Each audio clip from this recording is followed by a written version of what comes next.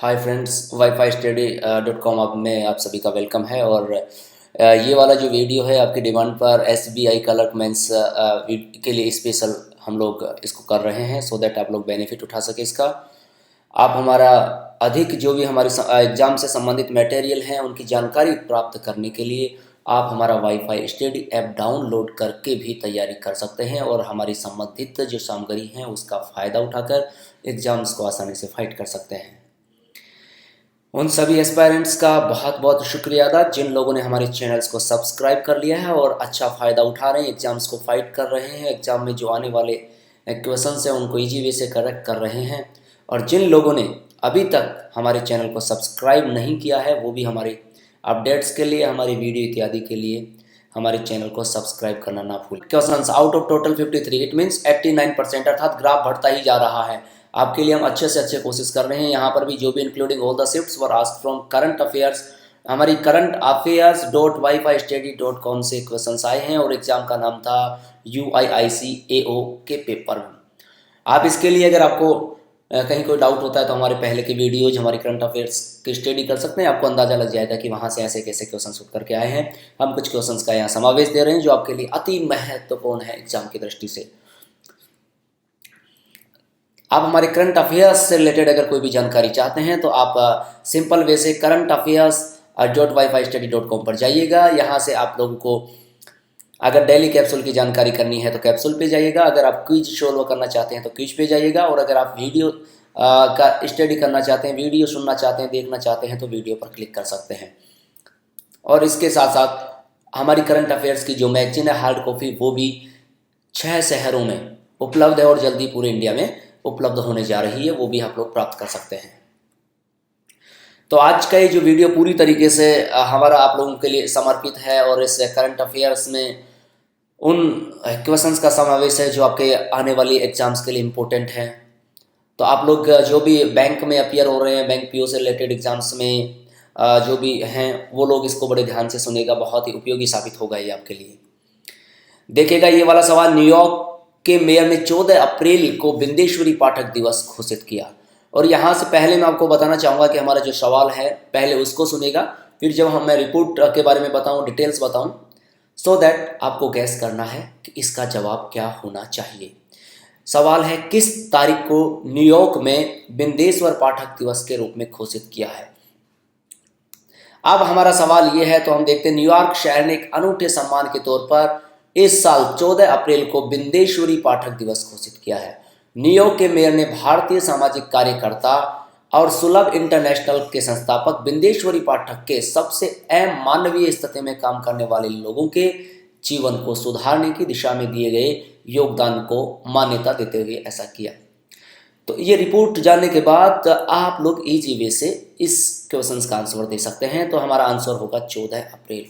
देखिएगा इसी रिपोर्ट में और भी बहुत सारे सवाल बनते हैं, लाइक 14 अप्रैल को कहाँ किया गया, तो लोकेशंस हमारे न्यूयॉर्क आ गई, डेट हमारी आ गई, कौन सा डे घोषित किया गया तो बिंदेश्वर पाठक आ जाएगा। बिंदेश्वर पाठक कौन है, तो न्यूयॉर्क के बिंदेश्वर पाठक है सुलभ इंटरनेशनल के संस्थापक। और किस वजह से दिया गया, उन्होंने ऐसे लोगों के लिए काम किया है जो अमानवीय स्थिति में थे और उनको सुधारने यानी कि उनके जीवन में एक नया सुधार लाने के हेतु काम किया। इसकी वजह से उनको ये अनूठा सम्मान दिया गया और 14 अप्रैल को बिंदेश्वरी पाठक दिवस घोषित किया गया। आप देखिएगा हमारा अगला सवाल है, विश्व विरासत दिवस किस तारीख को मनाया जाता है, ये हमारा सवाल है। तो देखिएगा विश्व विरासत दिवस कब, 18 अप्रैल को। और हमारा सवाल भी क्या है, विश्व विरासत दिवस के बारे में है। तो हमारा आंसर क्या होगा, 18 अप्रैल होगा। और ये कहाँ मनाया जाएगा, पूरे विश्व भर में मनाया जाएगा।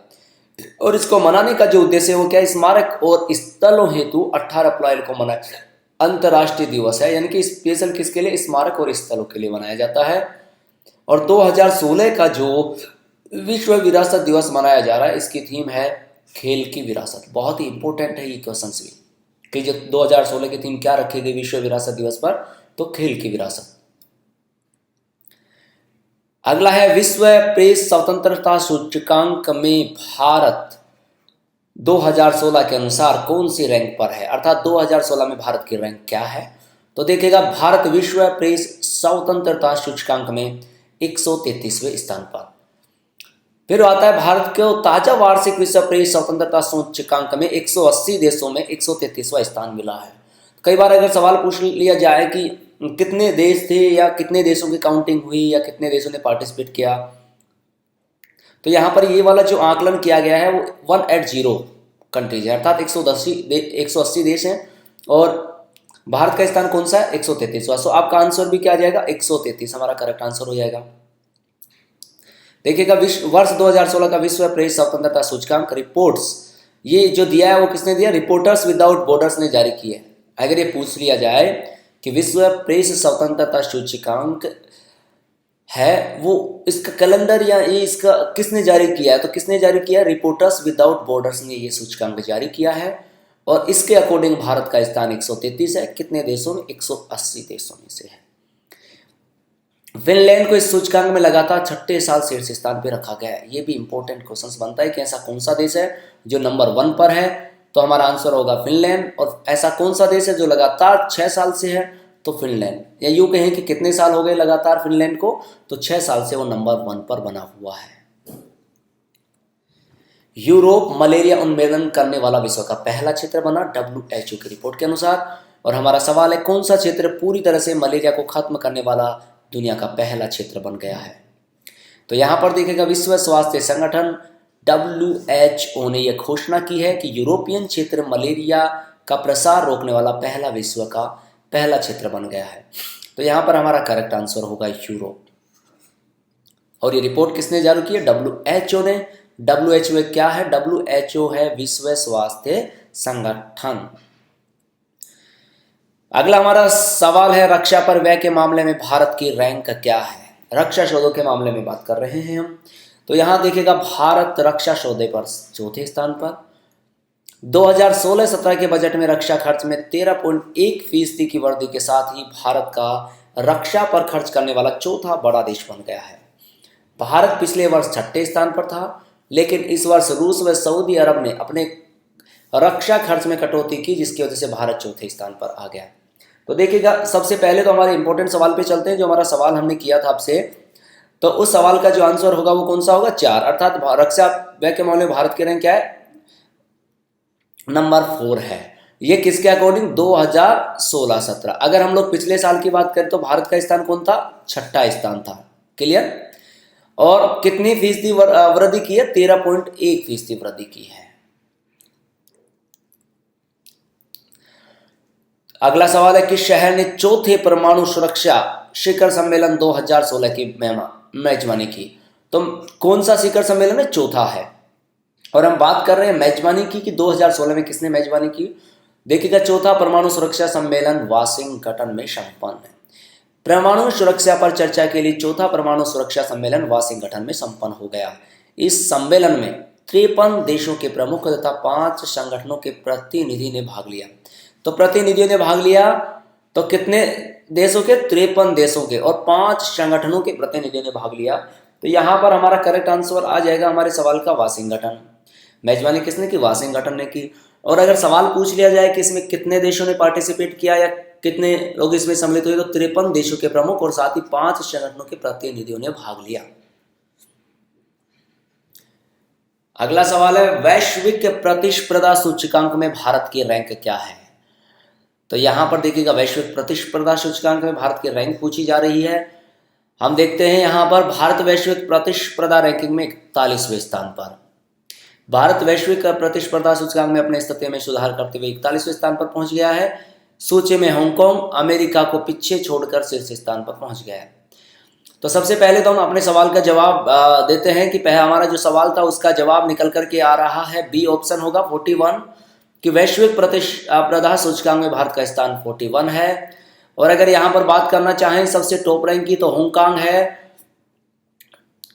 हांगकांग चाइना की यहां पर देखो लिखा हुआ है, इंडेक्स का आप फॉलो कर सकते हैं। तो हांगकांग कौन से नंबर पे है, नंबर 1 पर है और 2016 में। और पिछली बार कौन से पे था, नंबर 2 पे। यहां पर बात करें तो पिछली बार यूएसए जो था पहले नंबर 1 पे था और इस बार नंबर 3 पर है।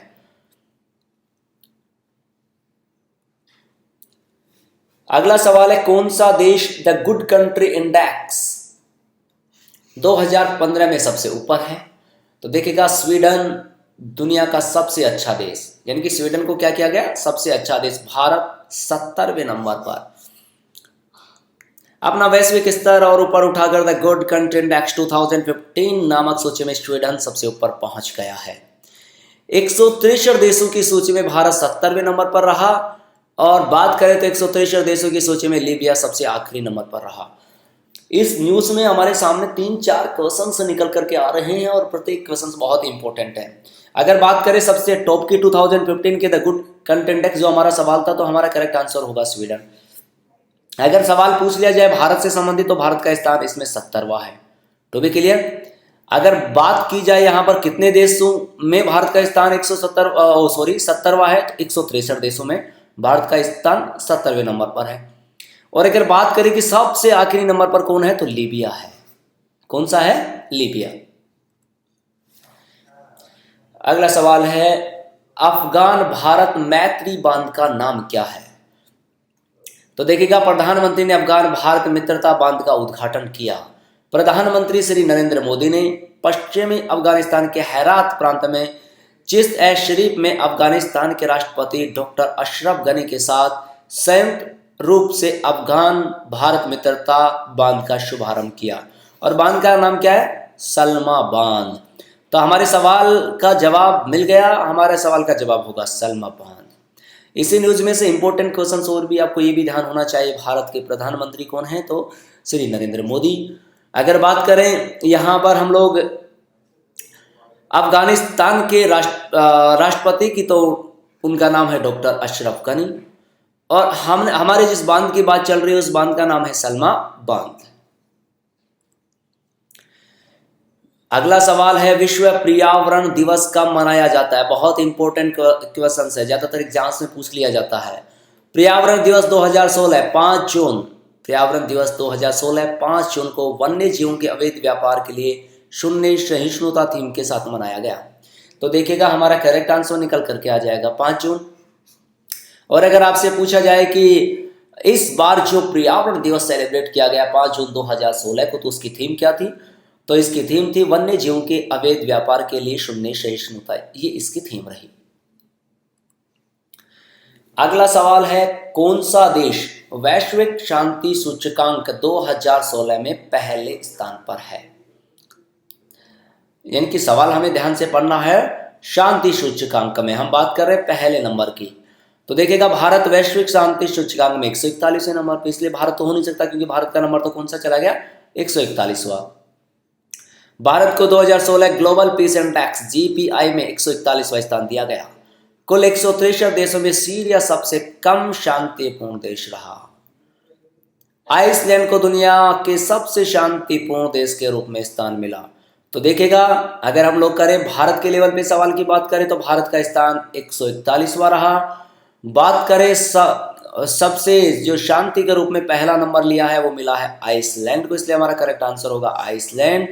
और बात करें कि सबसे कम शांतिपूर्ण देश है, तो उसका नाम आ जाएगा सीरिया। कौन सा देश दुनिया का सबसे बड़ा तेल उपभोक्ता है?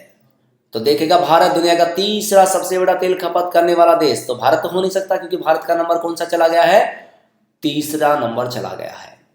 BP statistical review of world energy के अनुसार जापान को पछाड़कर भारत दुनिया का तीसरा सबसे बड़ा तेल उपभोक्ता देश बन चुका है। भारत में प्रतिदिन कितने तेल की खपत होती है? 4.1 मिलियन बैरल तेल की खपत होती है।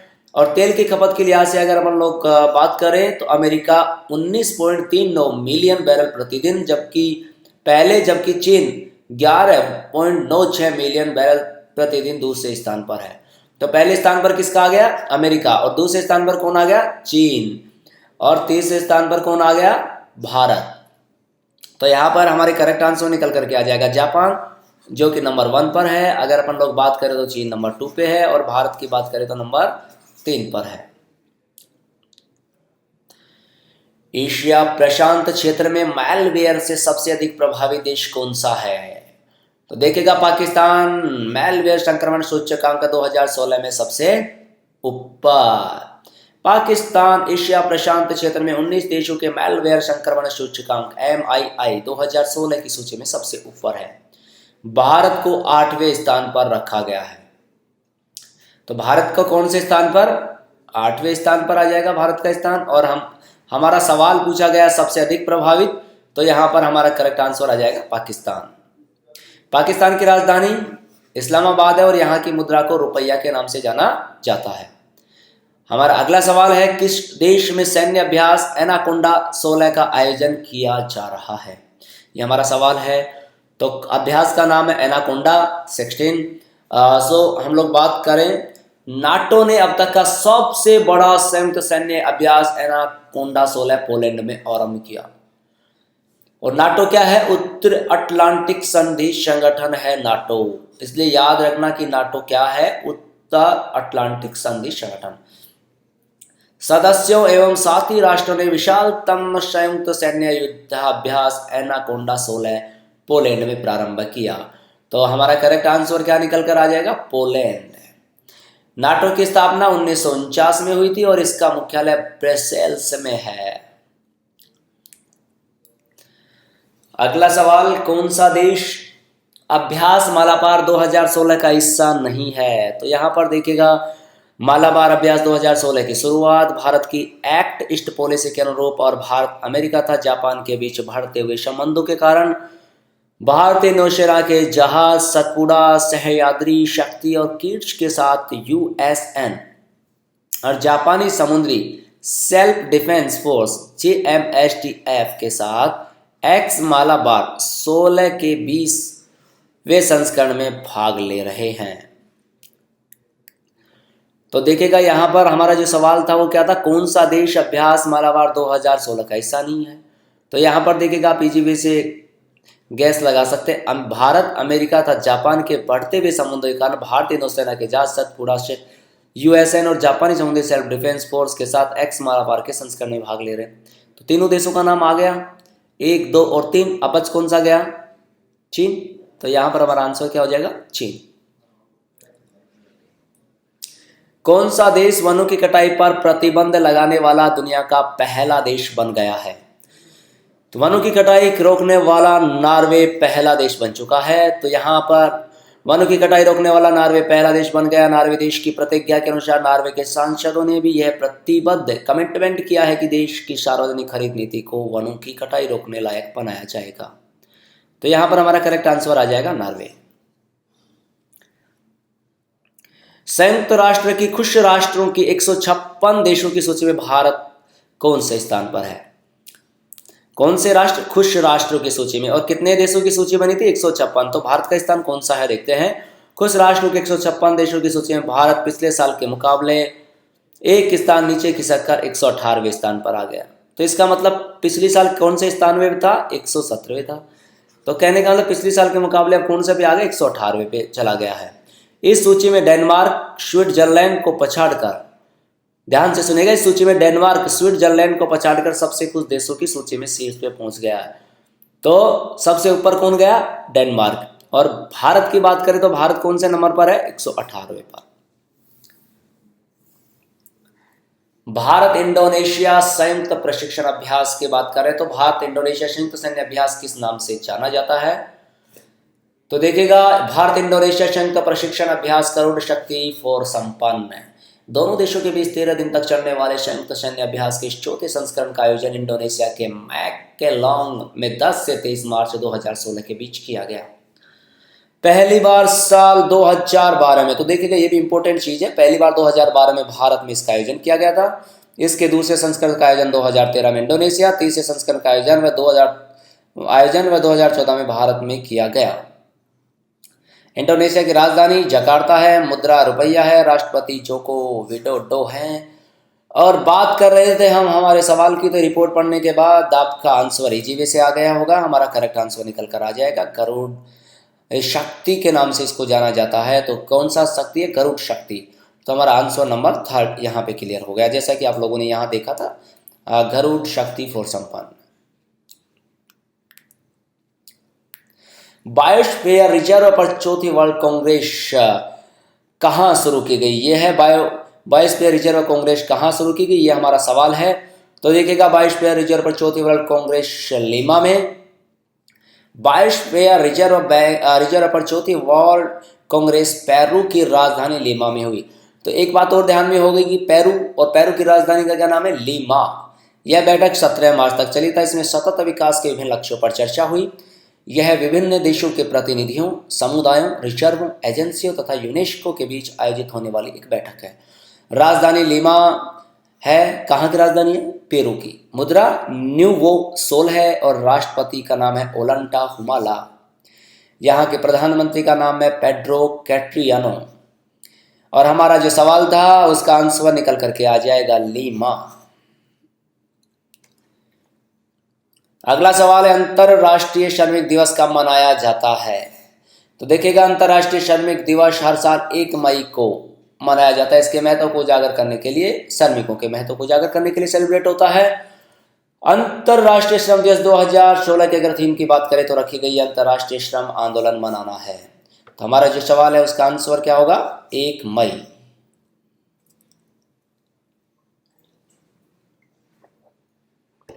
किस कंपनी ने सऊदी अरब के पहले महिला आईटी पार्क का उद्घाटन किया है?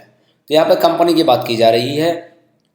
तो देखिएगा, सऊदी के पहले महिला बिजनेस पार्क का उद्घाटन हो चुका है और आईटी कंपनी विप्रो ने सऊदी अरामको था प्रिंसेस नूराह विश्वविद्यालय के साथ मिलकर सऊदी अरब के पहले महिला बिजनेस था प्रौद्योगिकी पार्क का उद्घाटन किया है। सो हमारे यहाँ करेक्ट आंसर होगा विप्रो। अगर बात करें हम सऊदी अरब की राजधानी की, तो यहाँ की राजधानी रियाद है और मुद्रा को रियाल नाम से जाना जाता है। अगला सवाल, विश्व प्रेस स्वतंत्रता दिवस कब मनाया जाता है? देखिएगा, प्रत्येक वर्ष 3 मई को विश्व प्रेस स्वतंत्रता दिवस मनाया जाता है। प्रेस की स्वतंत्रता और अभिव्यक्ति की स्वतंत्रता मौलिक मानव अधिकार हैं। इस साल की थीम सूचना और मौलिक स्वतंत्रता के लिए उपयोग आपका अधिकार है। सो हमारा जो क्वेश्चन था उसका आंसर निकल करके आ जाएगा 3 मई। किस शहर ने हाल ही में अपना पहला मुस्लिम मेयर निर्वाचित किया है? लंदन के मेयर चुने गए पाक मूल के सादिक खान। ब्रिटेन की राजधानी लंदन में बस ड्राइवर के बेटे सादिक खान को मेयर चुना गया है। कड़े मुकाबले में उन्होंने कंजरवेटिव पार्टी के प्रत्याशी जैक गोल्डस्मिथ को हराया। लेबर पार्टी के सादिक लंदन के मेयर पद पर चुने जाने वाले पहले मुस्लिम हैं। तो हमारा करेक्ट आंसर क्या आ जाएगा? यानी कि हमारा जो पूछा गया है तो ये कहाँ, इस जो कैंडिडेट का नाम है वो तो है सादिक खान, और बात करें कहाँ के मेयर बने हैं तो हमारा करेक्ट आंसर होगा न्यूयॉर्क। भारत और अमेरिका के बीच रेड फ्लैग 2016 हवाई अभ्यास किस जगह आयोजित किया गया था? यह है हमारा सवाल। भारतीय वायुसेना और अमेरिकी वायुसेना के बीच अलास्का में आयोजित रेड फ्लैग वायुसेना अभ्यास हुआ।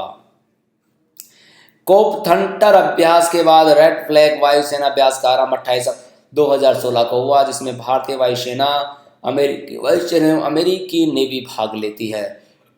तो हमारा करेक्ट आंसर निकल करके आ जाएगा अलास्का। अगला सवाल है, कौन सा भारतीय पर्यटन स्थल दुनिया का 5वां सबसे पसंदीदा पर्यटन स्थल है?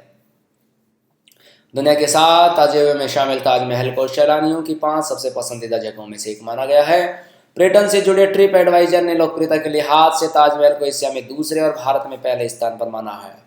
पेरू में माचू पिच्चू, अबू धाबी में जायद ग्रांड मस्जिद सेंटर को सैलानियों के शीर्ष टॉप पसंदीदा जगह में रखा गया है। तो देखिएगा गाइस, इस जो न्यूज़ है इसमें बहुत सारे क्वेश्चंस निकल कर आ रहे हैं। पहला अगर जो हमारा सवाल किया है उसका जवाब होगा ताजमहल, टू बी क्लियर। फिर बात करें एशिया की, तो एशिया में ताजमहल की पसंद दूसरे नंबर पर है और भारत में ताजमहल पहले नंबर पर है। अगर बात करें दुनिया के सबसे जो टॉप 5 जो सबसे पसंदीदा पर्यटन स्थल बने हुए हैं उनमें बात करें तो सबसे टॉप नंबर पर पेरू में माचू पिच्चू है और फिर अबू धाबी में जायद ग्रांड मस्जिद सेंटर का नाम आता है, जो सैलानियों की सबसे ज्यादा पसंद है। अगला सवाल है, G7 वित्त शिखर सम्मेलन किस देश में आयोजित किया गया? देखिएगा, वित्त शिखर सम्मेलन चीन की अर्थव्यवस्था के धीमा होने और अन्य उभरते देशों के लोगों के बीच वैश्विक अर्थव्यवस्था के विकास के बीच संतुलन साधने के लिए प्रोत्साहन देने के लिए जापान के सेंडाई में आयोजित हुआ। अगर हम G7 देशों की बात कर रहे हैं तो Japan, America, Germany, Britain, France, Italy और कनाडा है। और G7 देश शुद्ध वैश्विक धन के 64% का प्रतिनिधित्व करते हैं, अर्थात $263 ट्रिलियन। और हमारा सवाल था कि आयोजित कहाँ हुआ, तो हमारा करेक्ट आंसर होगा जापान। अगर यही सवाल जगह का पूछा जाता तो स्थान, अगर लोकेशन पूछता जापान में, तो शेंडाई हमारा करेक्ट आंसर होता। अगला सवाल है चाबहार बंदरगाह किस देश में है? तो देखिएगा, प्रधानमंत्री मोदी ने अपनी और 15 साल में किसी भारतीय प्रधानमंत्री की पहले ईरान यात्रा पर ईरान पहुंचे। भारत और ईरान ने चाबहार बंदरगाह विकास सहित 12 द्विपक्षीय समझौते पर हस्ताक्षर किए। भारत, ईरान, अफगानिस्तान ऐतिहासिक त्रिपक्षीय पारगमन संधि पर भी हस्ताक्षर किए। हम अगर ईरान की बात करें तो ईरान की राजधानी तेहरान है। यहाँ की मुद्रा की बात करें तो रियाल है। और राष्ट्रपति की बात करें तो हसन रूहानी है। और हमारा जो सवाल था उस सवाल का जवाब आसानी से निकल करके आ गया होगा, तो हमारा करेक्ट आंसर हो जाएगा ईरान। अमेरिका ने किस देश से हथियार प्रतिबंध हटा लिया है? यह है हमारा अगला सवाल। कम्युनिस्ट देश वियतनाम की 3 दिवसीय यात्रा पर गए अमेरिकी राष्ट्रपति बराक ओबामा ने सोमवार को हथियारों की बिक्री से संबंधित प्रतिबंध हटाने की घोषणा की। इसे हटाया जाना वियतनाम में मानवाधिकारों के क्षेत्र में हुए सुधारों को मान्यता देने के तौर पर देखा जा रहा है। तो हमारा करेक्ट आंसर क्या जाएगा? वियतनाम।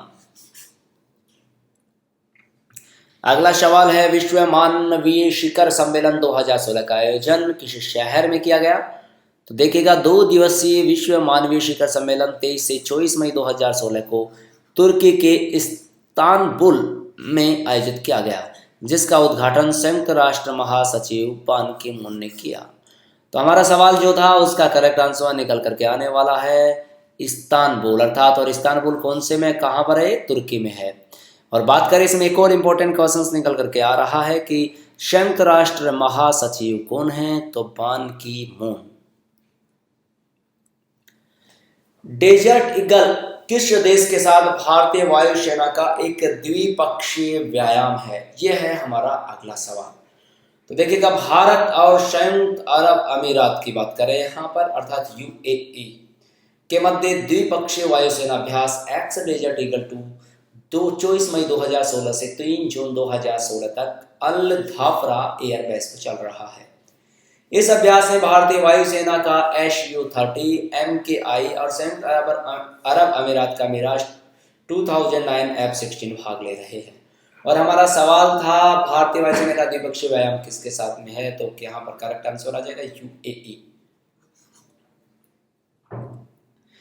अंतरराष्ट्रीय समाचार के बाद हम लोग रुक करते हैं राष्ट्रीय समाचारों की ओर। और हमारा पहला सवाल है, सेना ने किस राज्य में सैन्य अभ्यास शत्रुजीत आयोजित किया है? राजस्थान में शत्रुजीत अभ्यास का आयोजन भारतीय सेना की विशिष्ट स्ट्राइक प्रथम वाहिनी एकीकृत वायुयों में युद्ध के वातावरण में दुश्मन के इलाके में गहरी हड़ताल करने की सेना की क्षमता का मूल्यांकन करने के लिए राजस्थान के रेगिस्तान में के प्रमुख अभ्यास शत्रुजीत का आयोजन कर रही है। तो हमारा सवाल भी यही था। तो शत्रुजीत का आयोजन कहाँ हुआ? राजस्थान में, इसलिए राजस्थान क्या होगा? इसका करेक्ट आंसर होगा। अगला सवाल है 2016 ग्लोबल कनेक्टिविटी सूचकांक में भारत की रैंक क्या? भारत की रैंक पूछी जा रही है किसमें? ग्लोबल कनेक्टिविटी सूचकांक में बोले तो GCI में पूछ रहे हैं हम। तो देखिएगा, इंटरनेट कनेक्टिविटी के मामले में अमेरिका टॉपर कौन है? अमेरिका। और भारत का नंबर कौन सा है? 44वां। इसलिए हमारा करेक्ट आंसर क्या निकल करके आ जाएगा? 44।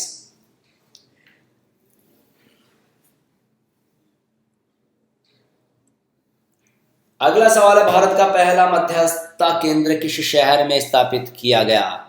कौन सा केंद्र? मध्यस्थता केंद्र की बात चल रही है। तो यहाँ पर देखिएगा, इसका सवाल का जवाब ढूंढते हैं। मुंबई में खुलेगा पहला मध्यस्थता केंद्र। भारत की वित्तीय राजधानी मुंबई में अंतरराष्ट्रीय मध्यस्थता केंद्र खुलेगा। अब तक भारत के वित्तीय विवादों का फैसला सिंगापुर स्थित मध्यस्थता केंद्र में होता था, लेकिन मुंबई में मध्यस्थता केंद्र खुलने से अब इन विवादों का फैसला भारत में ही हो सकेगा। सो देखिएगा हमारा जो सवाल था उसका आंसर हमें मिल चुका है और करेक्ट आंसर क्या आएगा, मुंबई। इसी न्यूज में और भी बहुत सारे क्वेश्चंस निकल करके आ रहे हैं, जैसा कि वित्तीय राजधानी कौन है, भारत की वित्तीय राजधानी के नाम से किसको जाना जाता है, मुंबई को जाना जाता है। यहाँ किस तरह का मध्यस्थता केंद्र खुलेगा, अंतर्राष्ट्रीय मध्यस्थता केंद्र खुलेगा। इससे पहले वित्तीय विवादों का फैसला कहाँ होता था, तो सिंगापुर स्थित मध्यस्थता केंद्र में होता था।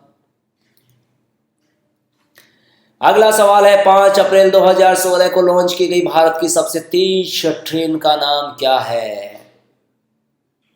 तो थोड़ी मेहनत करते हैं, सवाल का जवाब भी मिल जाएगा। गतिमान एक्सप्रेस का दिल्ली में उद्घाटन। देश की सबसे तेज रफ्तार की ट्रेन गतिमान एक्सप्रेस की शुरुआत हो गई है। गतिमान एक्सप्रेस दिल्ली से आगरा के बीच चलेगी। तो हमारे सवाल का जवाब निकल करके आ रहा है और ट्रेन का नाम क्या है, गतिमान एक्सप्रेस। अगला सवाल है किस क्रिकेटर का नाम केरल सरकार के एंटी ड्रग अभियान में इस्तेमाल किया जाएगा। तो देखिएगा केरल में एंटी ड्रग्स कैंपेन का चेहरा होंगे सचिन तेंदुलकर। महान क्रिकेटर सचिन तेंदुलकर ने अपने केरल की माकापानीत एलडीएफ सरकार को राज्य में नशीली दवाओं और शराब के खिलाफ अभियान के लिए अपना नाम देने के आग्रह पर सहमति जता दी है। केरल की राजधानी तिरुवनंतपुरम है। यहाँ के राज्यपाल पी सदाशिवम हैं और यहाँ के मुख्यमंत्री की बात करें तो पिनारई विजयन है। और हमारा जो सवाल था उस सवाल का जवाब हमें मिल गया है, क्योंकि इस कैंपेन में किसका नाम इस्तेमाल किया जाएगा, सचिन तेंदुलकर का। अगला सवाल है रेलवे मंत्रालय द्वारा विश्व पर्यावरण दिवस के अवसर पर कौन सी ट्रेन शुरू की गई। तो कौन सी ट्रेन शुरू की गई विश्व पर्यावरण दिवस के मौके पर, सवाल का जवाब ढूंढते हैं। सुरेश प्रभु ने विश्व पर्यावरण दिवस पर टाइगर एक्सप्रेस, तो ट्रेन का नाम क्या है, टाइगर एक्सप्रेस गाड़ी का शुभारंभ किया। तो हमारा करेक्ट आंसर क्या निकल के आएगा, टाइगर एक्सप्रेस।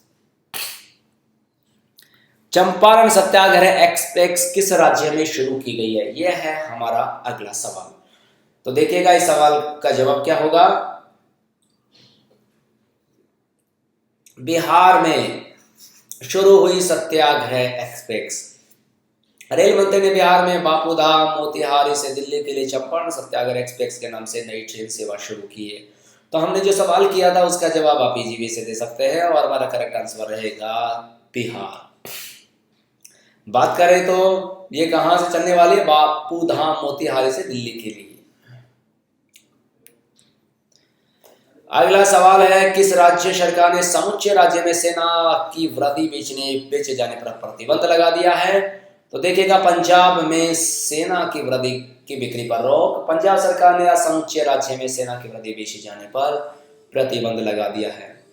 पंजाब के पठानकोट और गुरदासपुर में हाल ही में आतंकवादी हमले की बात करें तो पठानकोट और गुरदासपुर में हाल ही में आतंकी हमले हुए थे, जहां पर आतंकवादियों ने सेना की वर्दी पहनी हुई थी और इस वजह से पंजाब में सेना की वर्दी पर पूरी तरह से रोक लगा दी गई है। तो हमारा करेक्ट आंसर निकल करके आ जाएगा पंजाब।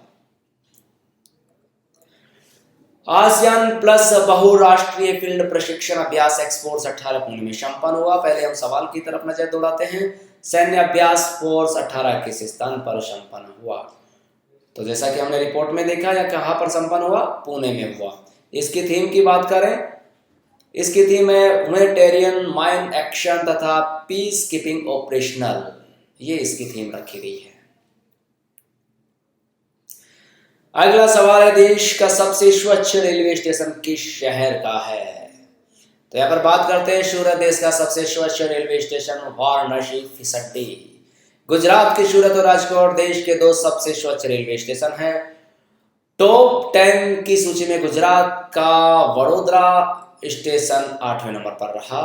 प्रधानमंत्री नरेंद्र मोदी के संसदीय क्षेत्र वाराणसी का रेलवे स्टेशन साफ सफाई के मामले में फिसड्डी है, जबकि मुगल सराय को सबसे गंदा स्टेशन बताया गया है। सबसे पहले हम हमारे सवाल के जवाब पर नजर मारते हैं। तो हमारे सवाल का जवाब होगा सूरत, जैसा कि आप यहां पर देख रहे हैं। और अगर बात पूछी जाए सबसे गंदा, तो मुगल सराय। बात करें कि नरेंद्र मोदी का संसदीय क्षेत्र कौन सा है, तो वाराणसी। अब बात करते हैं हमारे अगले सवाल का। भारत का पहला सेल्फ क्लीनिंग स्मार्ट टॉयलेट किस शहर में इंस्टॉल किया गया? चेन्नई में बना भारत का पहला स्मार्ट टॉयलेट। चेन्नई में भारत का पहला self cleaning smart toilet install किया गया है। चेन्नई में 183 स्मार्ट ई टॉयलेट्स इंस्टॉल किए गए हैं। यह भारत का ऐसा पहला प्रोजेक्ट है। शहर के 183 शौचालय में से 40 महिलाओं के लिए है। तो हमारा करेक्ट आंसर निकल करके आ जाएगा चेन्नई। अगले सवाल पर बढ़ते हैं। कौन सा भारतीय शहर 8वें ब्रिक्स शिखर सम्मेलन 2016 की मेजबानी करेगा?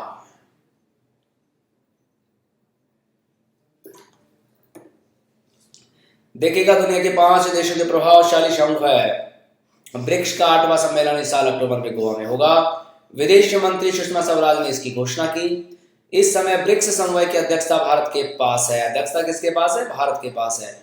और वो कब तक रहेगी? 31 दिसंबर तक रहेगी। हमारा सवाल जो है उस सवाल की बात करें तो सवाल था कौन सा भारतीय शहर 8वें ब्रिक्स सम्मेलन की मेजबानी करेगा। तो यहाँ पर आप इजी वे से इसका आंसर फाइंड आउट कर सकते हैं, गोवा में। और गोवा में कब करेगा? अक्टूबर में करेंगे। और अब फिलहाल इसकी अध्यक्षता कौन कर रहा है? भारत के पास है। कब तक रहेगी? 31 दिसंबर तक रहने वाली है। ब्रिक्स की जो स्थापना की बात करें तो 2008 में हुई थी। बहुत इंपॉर्टेंट क्वेश्चन है। इसके सदस्य देशों की बात करें तो ब्राजील, रूस, भारत, चीन, दक्षिण अफ्रीका। कितने देश है इसमें? 5।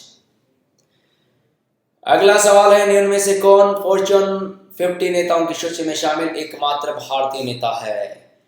तो देखिएगा, फॉर्च्यून मैगजीन में दुनिया भर के 50 महान नेताओं की सूची जारी। प्रतिष्ठित बिजनेस मैगजीन फॉर्च्यून दुनिया भर के 50 महान नेताओं की सूची जारी की है। दिल्ली के मुख्यमंत्री अरविंद केजरीवाल को इस सूची में स्थान दिया गया है। इस सूची में अमेजॉन के जेफ बेजोस शीर्ष स्थान पर है। तो बात करें तो भारत की तरफ से जिसको स्थान मिला है वो है अरविंद केजरीवाल। हमारा अगला सवाल है, सैन्य अभ्यास चक्रव्यूह द्वितीय किस जगह आयोजित किया जा रहा है? तो देखिएगा, सैन्य प्रशिक्षण अभ्यास चक्रव्यूह द्वितीय का आयोजन राजस्थान के पल्लू, सरदार शहर, सूरतगढ़ के सामान्य क्षेत्र में अभ्यास चक्रव्यूह द्वितीय के कोड नाम से प्रमुख सैन्य प्रशिक्षण अभ्यास का आयोजन किया जा रहा है। और हमारा सवाल क्या था? किस स्थान पे किया जा रहा है? तो ये हमारा यहाँ पर स्टेट की बात चल रही है, राजस्थान कर देंगे और जगह का नाम आता तो पल्लू, सरदार शहर। और ये कहां पर है? सूरतगढ़ में। अगला सवाल है, 1 जनवरी 2017 से भारत का एकमात्र आपातकालीन नंबर क्या होगा? बहुत ही इंपॉर्टेंट एग्जाम की दृष्टि से भी और लाइफ की दृष्टि से भी। तो देखिएगा, 1 जनवरी से शुरू होगा देश में एक इमरजेंसी नंबर 112 112 है। ऐसा नोटिस यहां पर भी हो रहा है। देश भर में एकल इमरजेंसी नंबर 112 1 जनवरी 2017 से शुरू होगा। दूरसंचार मंत्री रविशंकर प्रसाद ने सभी आपात सेवाओं के लिए एकल नंबर के प्रावधान को मंजूरी दे दी है। तो हमारे सवाल का जवाब आपको इजी वे से मिल गया होगा, नंबर 112 अर्थात सी ऑप्शन करेक्ट है। अगला सवाल है, किस राज्य ने हाल ही में जैन समुदाय को अल्पसंख्यक का दर्जा दे दिया है? तो देखिएगा, इस सवाल का जवाब ढूंढ रहे हैं हम लोग। ध्यानपूर्वक इसको वीडियो को देखिएगा, ध्यानपूर्वक सुनिएगा, इजी वे से करेक्ट आंसर निकल कर आ जाएगा। गुजरात में जैन समुदाय को अल्पसंख्यक का दर्जा, गुजरात सरकार ने जैन समुदाय के अल्पसंख्यकों का दर्जा देने का निर्णय लिया है। जैन समुदाय अल्पसंख्यक घोषित कराने की मांग को लेकर प्रयासरत था। इससे भारतीय संविधान के अनुच्छेद की बात करें तो 30 के अनुसार जैन धर्म के गरीब लोगों को विभिन्न छात्रवृत्ति तथा कल्याणकारी योजनाओं का लाभ मिल सकेगा। तो हमारे सवाल का जवाब आप लोग इजी वे से दे सकते हैं। हमारे सवाल का जो जवाब निकल कर आ रहा है वो क्या होगा? गुजरात। हमारा अगला सवाल है, कौन सी ट्रेन तीर्थ यात्रियों के लिए हाल ही में रेलवे द्वारा शुरू की गई है? तो देखिएगा, रेलवे ने शुरू की भारत दर्शन टूरिस्ट ट्रेन। कौन सी ट्रेन? भारत दर्शन टूरिस्ट ट्रेन। देश के प्रमुख तीर्थ स्थलों के दर्शन के लिए रेलवे ने भारत दर्शन टूरिस्ट ट्रेन की शुरुआत की है। इस ट्रेन की सुविधा उठाने के लिए यात्रियों को IRCTC के माध्यम से ट्रेन बुकिंग करवानी होगी। भारत दर्शन ट्रेन चंडीगढ़ से लेकर दिल्ली पहुंचेगी, उसके बाद अयोध्या, वाराणसी, गया, बैद्यनाथ धाम, जगन्नाथपुरी से होते हुए गंगा सागर पहुंचेगी। यह ट्रेन शिरडी समेत दक्षिण दर्शन की यात्रा भी कराएगी। तो हमारे सवाल का जो जवाब होगा वो क्या होगा? भारत दर्शन।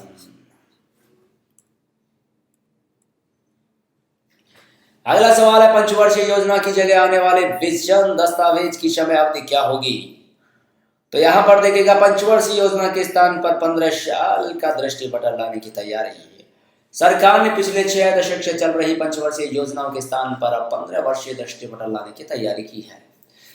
12वीं पंचवर्षीय वित्तीय वर्ष 2016-17 में समाप्त हो जाएगी। पहला 15 वर्षीय दृष्टिपटल 2017-18 से शुरू होगा था। साथ में 7 वर्षीय राष्ट्रीय विकास एजेंडा भी शुरू होगा। तो हमारा जो सवाल था, पंचवर्षीय योजना की जगह जो विजन लाने की तैयारी चल रही है, वो करेक्ट आंसर हो जाएगा 15 साल। 15 साल हमारा करेक्ट आंसर हो जाएगा। अगला सवाल है, विश्व का सबसे बड़ा मालवाहक विमान हाल ही में किस भारतीय शहर में उतरा? तो हमें शहर का नाम बताना है और देखते हैं यहाँ पर दुनिया का सबसे बड़ा कार्गो प्लेन भारत पहुंचा। तो बड़ा सबसे बड़ा प्लेन जो है वो कौन सा कार्गो प्लेन?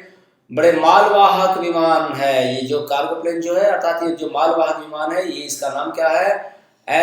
एंथानोव AAN-225 हैदराबाद के शमशाबाद राजीव गांधी अंतरराष्ट्रीय हवाई अड्डे पर उतरा। इसके बाद ये ऑस्ट्रेलिया के पर्थ में लैंड करेगा। सो हमारा यहाँ लोकेशन पूछ रहे हैं हम, तो यहाँ पर हमारा हैदराबाद आ जाएगा।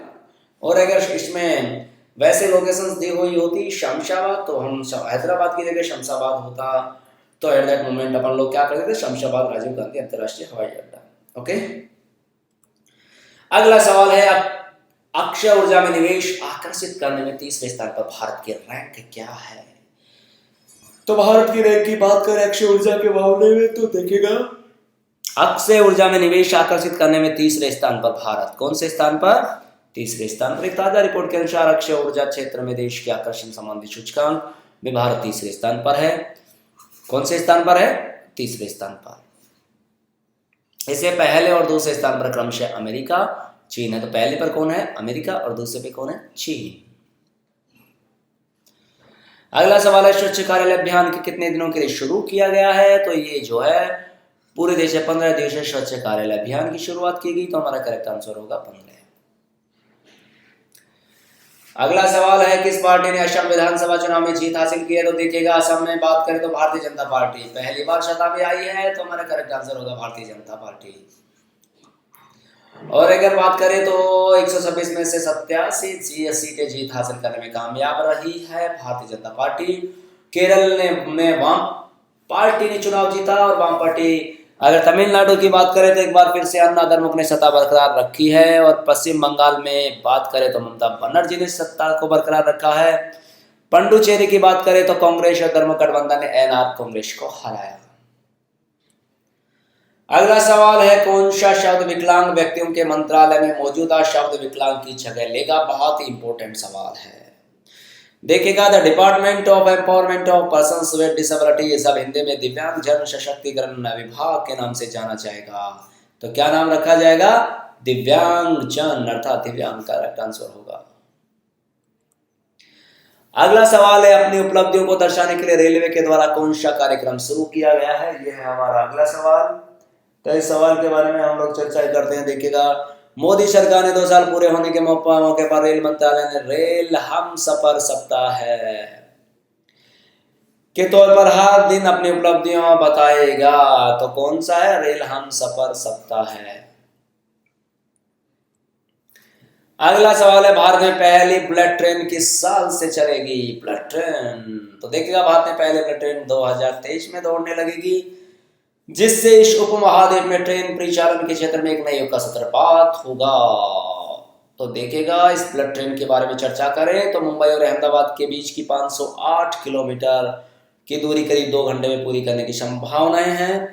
इसकी सामान्य गति 320 किलोमीटर प्रति घंटे की होगी, जबकि अधिकतम गति 350 किलोमीटर प्रति घंटे की होगी। तो हमारे सवाल का जवाब भी हमें मिल चुका है और हमारा आंसर होगा 2023। अगला हमारा सवाल है, सरकारी डॉक्टरों के लिए नए सेवानिवृत्ति की उम्र क्या होगी? यह है हमारा अगला सवाल। तो देखिएगा, देश में डॉक्टरों की कमी को रेखांकित करते हुए प्रधानमंत्री नरेंद्र मोदी ने यूपी के यूपी में कहा सहारनपुर जिले में एक रैली में सरकारी चिकित्सकों की सेवानिवृत्ति की आयु कितनी कर दी है? 65। तो हमारे सवाल का आंसर भी क्या होगा? 65 साल।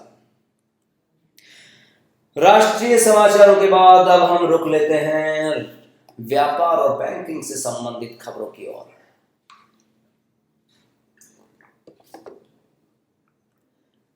पहला सवाल है, 2015 में दुनिया का सबसे बड़ा प्रेषण प्राप्तकर्ता देश कौन सा है?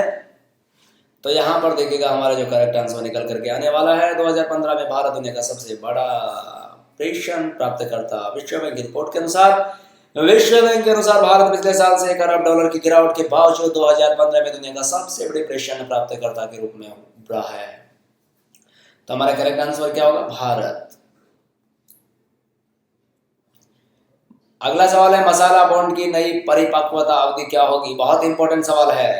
भारतीय रिजर्व बैंक ने मसाला बॉन्ड की परिपक्वता में 3 साल तक की कटौती की। भारतीय रिजर्व बैंक ने मसाला बॉन्ड को और अधिक आकर्षक बनाने के लिए इसका न्यूनतम कार्यकाल कम कर दिया है। विदेश में जारी रुपया नामित बॉन्ड के लिए कम से कम परिपक्वता अवधि 3 साल कर दी गई है, जो पहले 5 साल थी। पहले कितनी थी? 5 साल, और अब कितनी कर दी गई है? 3 साल। अगला सवाल है हमारा, Stockholm International Peace Research Institute बोले तो सिप्री के आंकड़ों के मुताबिक 2015 में सैन्य खर्च के मामले में भारत किस पायदान पर रहा? तो देखिएगा, स्टॉकहोम और इंटरनेशनल पीस रिसर्च इंस्टीट्यूट सैन्य खर्च रिपोर्ट 2015 के अनुसार मुताबिक 2015 में सैन्य खर्च के मामले में भारत छठे पायदान पर रहा, और मुताबिक 2015 सबसे ज्यादा सैन्य खर्च अमेरिका का रहा। और यहाँ पर पूछ रहे हैं, भारत की बातें कर रहे हैं, तो भारत का स्थान कौन सा रहने वाला है? भारत के लिए अपना करेक्ट आंसर होगा नंबर 6। और अगर यहाँ बात करें तो पहले नंबर पर कौन है? पहले नंबर पर है अमेरिका। बात करें सिप्री की स्थापना 1966 में हुई थी और इसका मुख्यालय स्वीडन में है। अगला सवाल है, शीर्ष 30 वैश्विक निर्यातकों के बीच भारत की रैंक क्या है? तो देखिएगा, विश्व व्यापार संगठन की रिपोर्ट में 30 टॉप निर्यातकों में भारत 19वें स्थान पर। तो हमें हमारे सवाल का जवाब क्या होगा? 19। अगला सवाल है, नाउरू अंतरराष्ट्रीय मुद्रा कोष विश्व बैंक का 189वां सदस्य बना। और हमारा सवाल भी ये, कौन सा देश IMF का 189वां सदस्य बना? तो यहां पर हमारा करेक्ट आंसर होगा नाउरू। नाउरू जैसा कि लिखा हुआ है यहां पर भी आप लोग देख सकते हैं। नाउरू की राजधानी यारेन है, यहाँ की मुद्रा डॉलर के नाम से जानी जाती है और राष्ट्रपति बैरान वाका हैं। अगला सवाल है, विश्व के शीर्ष 10 निर्माताओं में भारत की स्थिति क्या है? भारत की स्थिति के बारे में चर्चा चल रही है। विश्व के शीर्ष 10 निर्माताओं में मैन्युफैक्चरिंग सेक्टर में दुनिया के 10 सबसे बड़े देशों में भारत छठे स्थान पर पहुंचा है। रिपोर्ट के मुताबिक भारत का स्थान छठा हो चुका है। संयुक्त राष्ट्र की एक रिपोर्ट के मुताबिक मैन्युफैक्चरिंग सेक्टर में दुनिया के 10 बड़े देशों में भारत छठे स्थान पर पहुंच गया है। तो भारत देशों में अगर बात करें तो चीन सबसे ऊपर है। तो यहां पर हमारा भारत का नंबर कौन सा है? नंबर 6। अगला सवाल है, किस बैंक ने भारत का पहला आधार कार्ड आधारित ATM शुरू किया है? तो यहां पर देखिएगा, DCB बैंक ने शुरू की बगैर पिन ATM ट्रांजैक्शन सर्विस। तो DCB बैंक बोले तो बी ऑप्शन करेक्ट है। और DCB बैंक की स्थापना की बात करें तो 1930 में हुई थी। इसका मुख्यालय मुंबई में बना हुआ है और इसके वर्तमान CEO की बात करें तो मुरली M नटराजन हैं। अगला सवाल है हमारा, कौन सी कंपनी भारत की सर्वश्रेष्ठ नियोक्ता ब्रांड के रूप में नामित की गई है? रिलायंस AMC भारत का सर्वश्रेष्ठ नियोक्ता ब्रांड बना। ओन हैबिट के ताजा अध्ययन के अनुसार रिलायंस एएमसी भारत का सर्वश्रेष्ठ नियोक्ता ब्रांड बन गया है। और हमारा सवाल भी यही था कि सर्वश्रेष्ठ नियोक्ता ब्रांड के रूप में किसे नामित किया गया है, तो हमारा करेक्ट आंसर होगा रिलायंस एएमसी। एएमसी बोले तो एक ऑप्शन। विश्व बैंक के अनुसार 2016 में भारत की जीडीपी के विकास का पूर्वानुमान क्या है, यह है हमारा अगला सवाल। तो विश्व बैंक ने भारत के वृद्धि दर अनुमान को घटाकर किया 7.6%। तो कितना प्रतिशत रहने वाला है? 7.6%। किस बैंक ने लंदन स्टॉक एक्सचेंज में भारत के पहले प्रमाणित ग्रीन बॉन्ड का शुभारंभ किया है, यह है हमारा अगला सवाल। एक्सिस बैंक का ग्रीन बॉन्ड लंदन शेयर बाजार में सूचीबद्ध निजी क्षेत्र के प्रमुख बैंक एक्सिस बैंक ने लंदन शेयर बाजार में अंतरराष्ट्रीय स्तर पर प्रमाणित एशिया का पहला ग्रीन बॉन्ड जारी कर $5 अरब पूंजी जुटाई है। बात करें एक्सिस बैंक की स्थापना 1990 में हुई थी और इसका मुख्यालय मुंबई में है। और हमारा जो सवाल था उसका जवाब क्या आ जाएगा? Axis bank. अगला हमारा इंपॉर्टेंट सवाल है, भारतीय रिजर्व बैंक ने बैंकों को बचत खातों पर ब्याज जमा करने हेतु कितने समय की अवधि दी है? देखिएगा, अमेजन बना भारत का सबसे विश्वसनीय ऑनलाइन ब्रांड सर्वे और विश्व की सबसे बड़ी online retail company Amazon.com Bharat में सबसे विश्वसनीय ऑनलाइन शॉपिंग ब्रांड बन गया। एक सर्वे के अनुसार स्नैपडील और फ्लिपकार्ट ने दूसरा और तीसरा स्थान प्राप्त किया है। अगला सवाल है, म्यांमार ने किस भारतीय को परिचालन की अनुमति दे दी है? तो यहाँ पर बात करेंगे भारतीय स्टेट बैंक SBI उन 4 नए विदेशी बैंकों में शामिल है जिन्हें म्यांमार में 100% स्वामित्व वाली शाखाएं खोलने की शुरुआती अनुमति दी गई है। और म्यांमार ने विदेशी निवेश आकर्षित करने के लिए कदम उठाया है। तो हमारा करेक्ट आंसर निकल के आ जाएगा SBI बोले तो भारतीय स्टेट बैंक। अगला हमारा सवाल है, गंदा कोच साफ करने के लिए भारतीय रेल द्वारा शुरू योजना कौन सी है?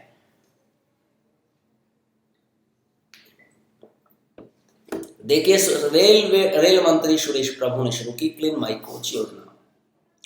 उन्होंने स्वच्छ भारत अभियान के तहत क्लीन माई कोच की शुरुआत की है। पैसेंजर्स को ट्रेन बोगी और सीट नंबर लिख करके 5 पर SMS करना होगा, 5888। 2016 में 24 डिवीजन में शुरू किया जा रहा है। इसमें लखनऊ की 18, वाराणसी की 6 और इज्जत नगर की 6 ट्रेन शामिल है। हमारा करेक्ट आंसर जो हमने सवाल पूछा था उसका आंसर क्या आएगा? Clean my coach. और क्लीन माई कोच कौन से ऑप्शन में है? क्लीन माई कोच नंबर 2 में है, तो इसलिए बी ऑप्शन हमारा करेक्ट है। अगला सवाल है, खरीदारों को अपने उत्पादों को बेचने के लिए महिला उद्यमियों की सुविधा के लिए शुरू किया गया मंच कौन सा है? महिला उद्यमियों के लिए ई-हाट पोर्टल की शुरुआत। महिलाओं के लिए खास तौर पर मार्केटिंग हेतु महिला ई-हाट नामक ऑनलाइन मंच की शुरुआत महिला एवं बाल विकास मंत्री मेनका गांधी ने की। इस अनोखे काम के लिए महिला दिवस की पूर्व संध्या को चुना गया। तो हमारा जो करेक्ट आंसर होगा वो होगा ई-हाट के नाम से। ओके, अगला सवाल है, किस बैंक ने बंगलुरु में केवल महिलाओं द्वारा संचालित शाखा खोली है? यश बैंक ने। तो देखिएगा, यस बैंक ने, यहाँ पर आपको अगर नजर आ रहा होगा तो यश बैंक ने बंगलुरु में महिला संचालित शाखा खोली है। निजी बैंक यस बैंक ने यहाँ कन्नीघम रोड पर केवल महिलाओं के द्वारा संचालित बैंक की शाखा ईस्क्रेस खोली है। तो देखिएगा, एक ही न्यूज में 2-3 सवाल उठ रहे हैं। पहला हमारा जो सवाल था उसका करेक्ट आंसर आ जाएगा यस बैंक। यस बैंक ने कैसा बैंक है? निजी बैंक है। कहाँ पर खोली है? कन्निंघम रोड पर बेंगलुरु में, और इसका नाम क्या रखा है? Yes cash.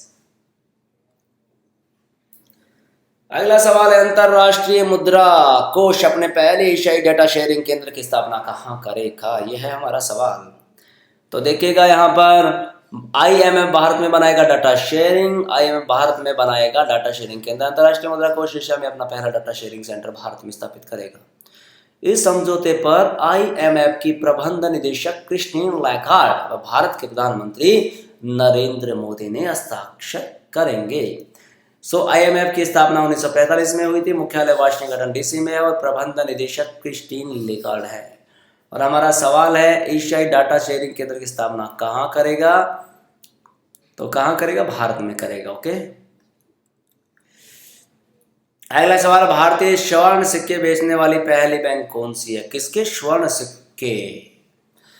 Indian overseas bank Indian gold coin बेचने वाला पहला बैंक बना। तो हमारा करेक्ट आंसर क्या आ जाएगा? Indian overseas bank. बात करें इंडियन ओवरसीज बैंक की तो इसकी स्थापना 1937 में हुई। इसका मुख्यालय चेन्नई में है और इसकी जो टैग लाइन है वो है good people to grow with.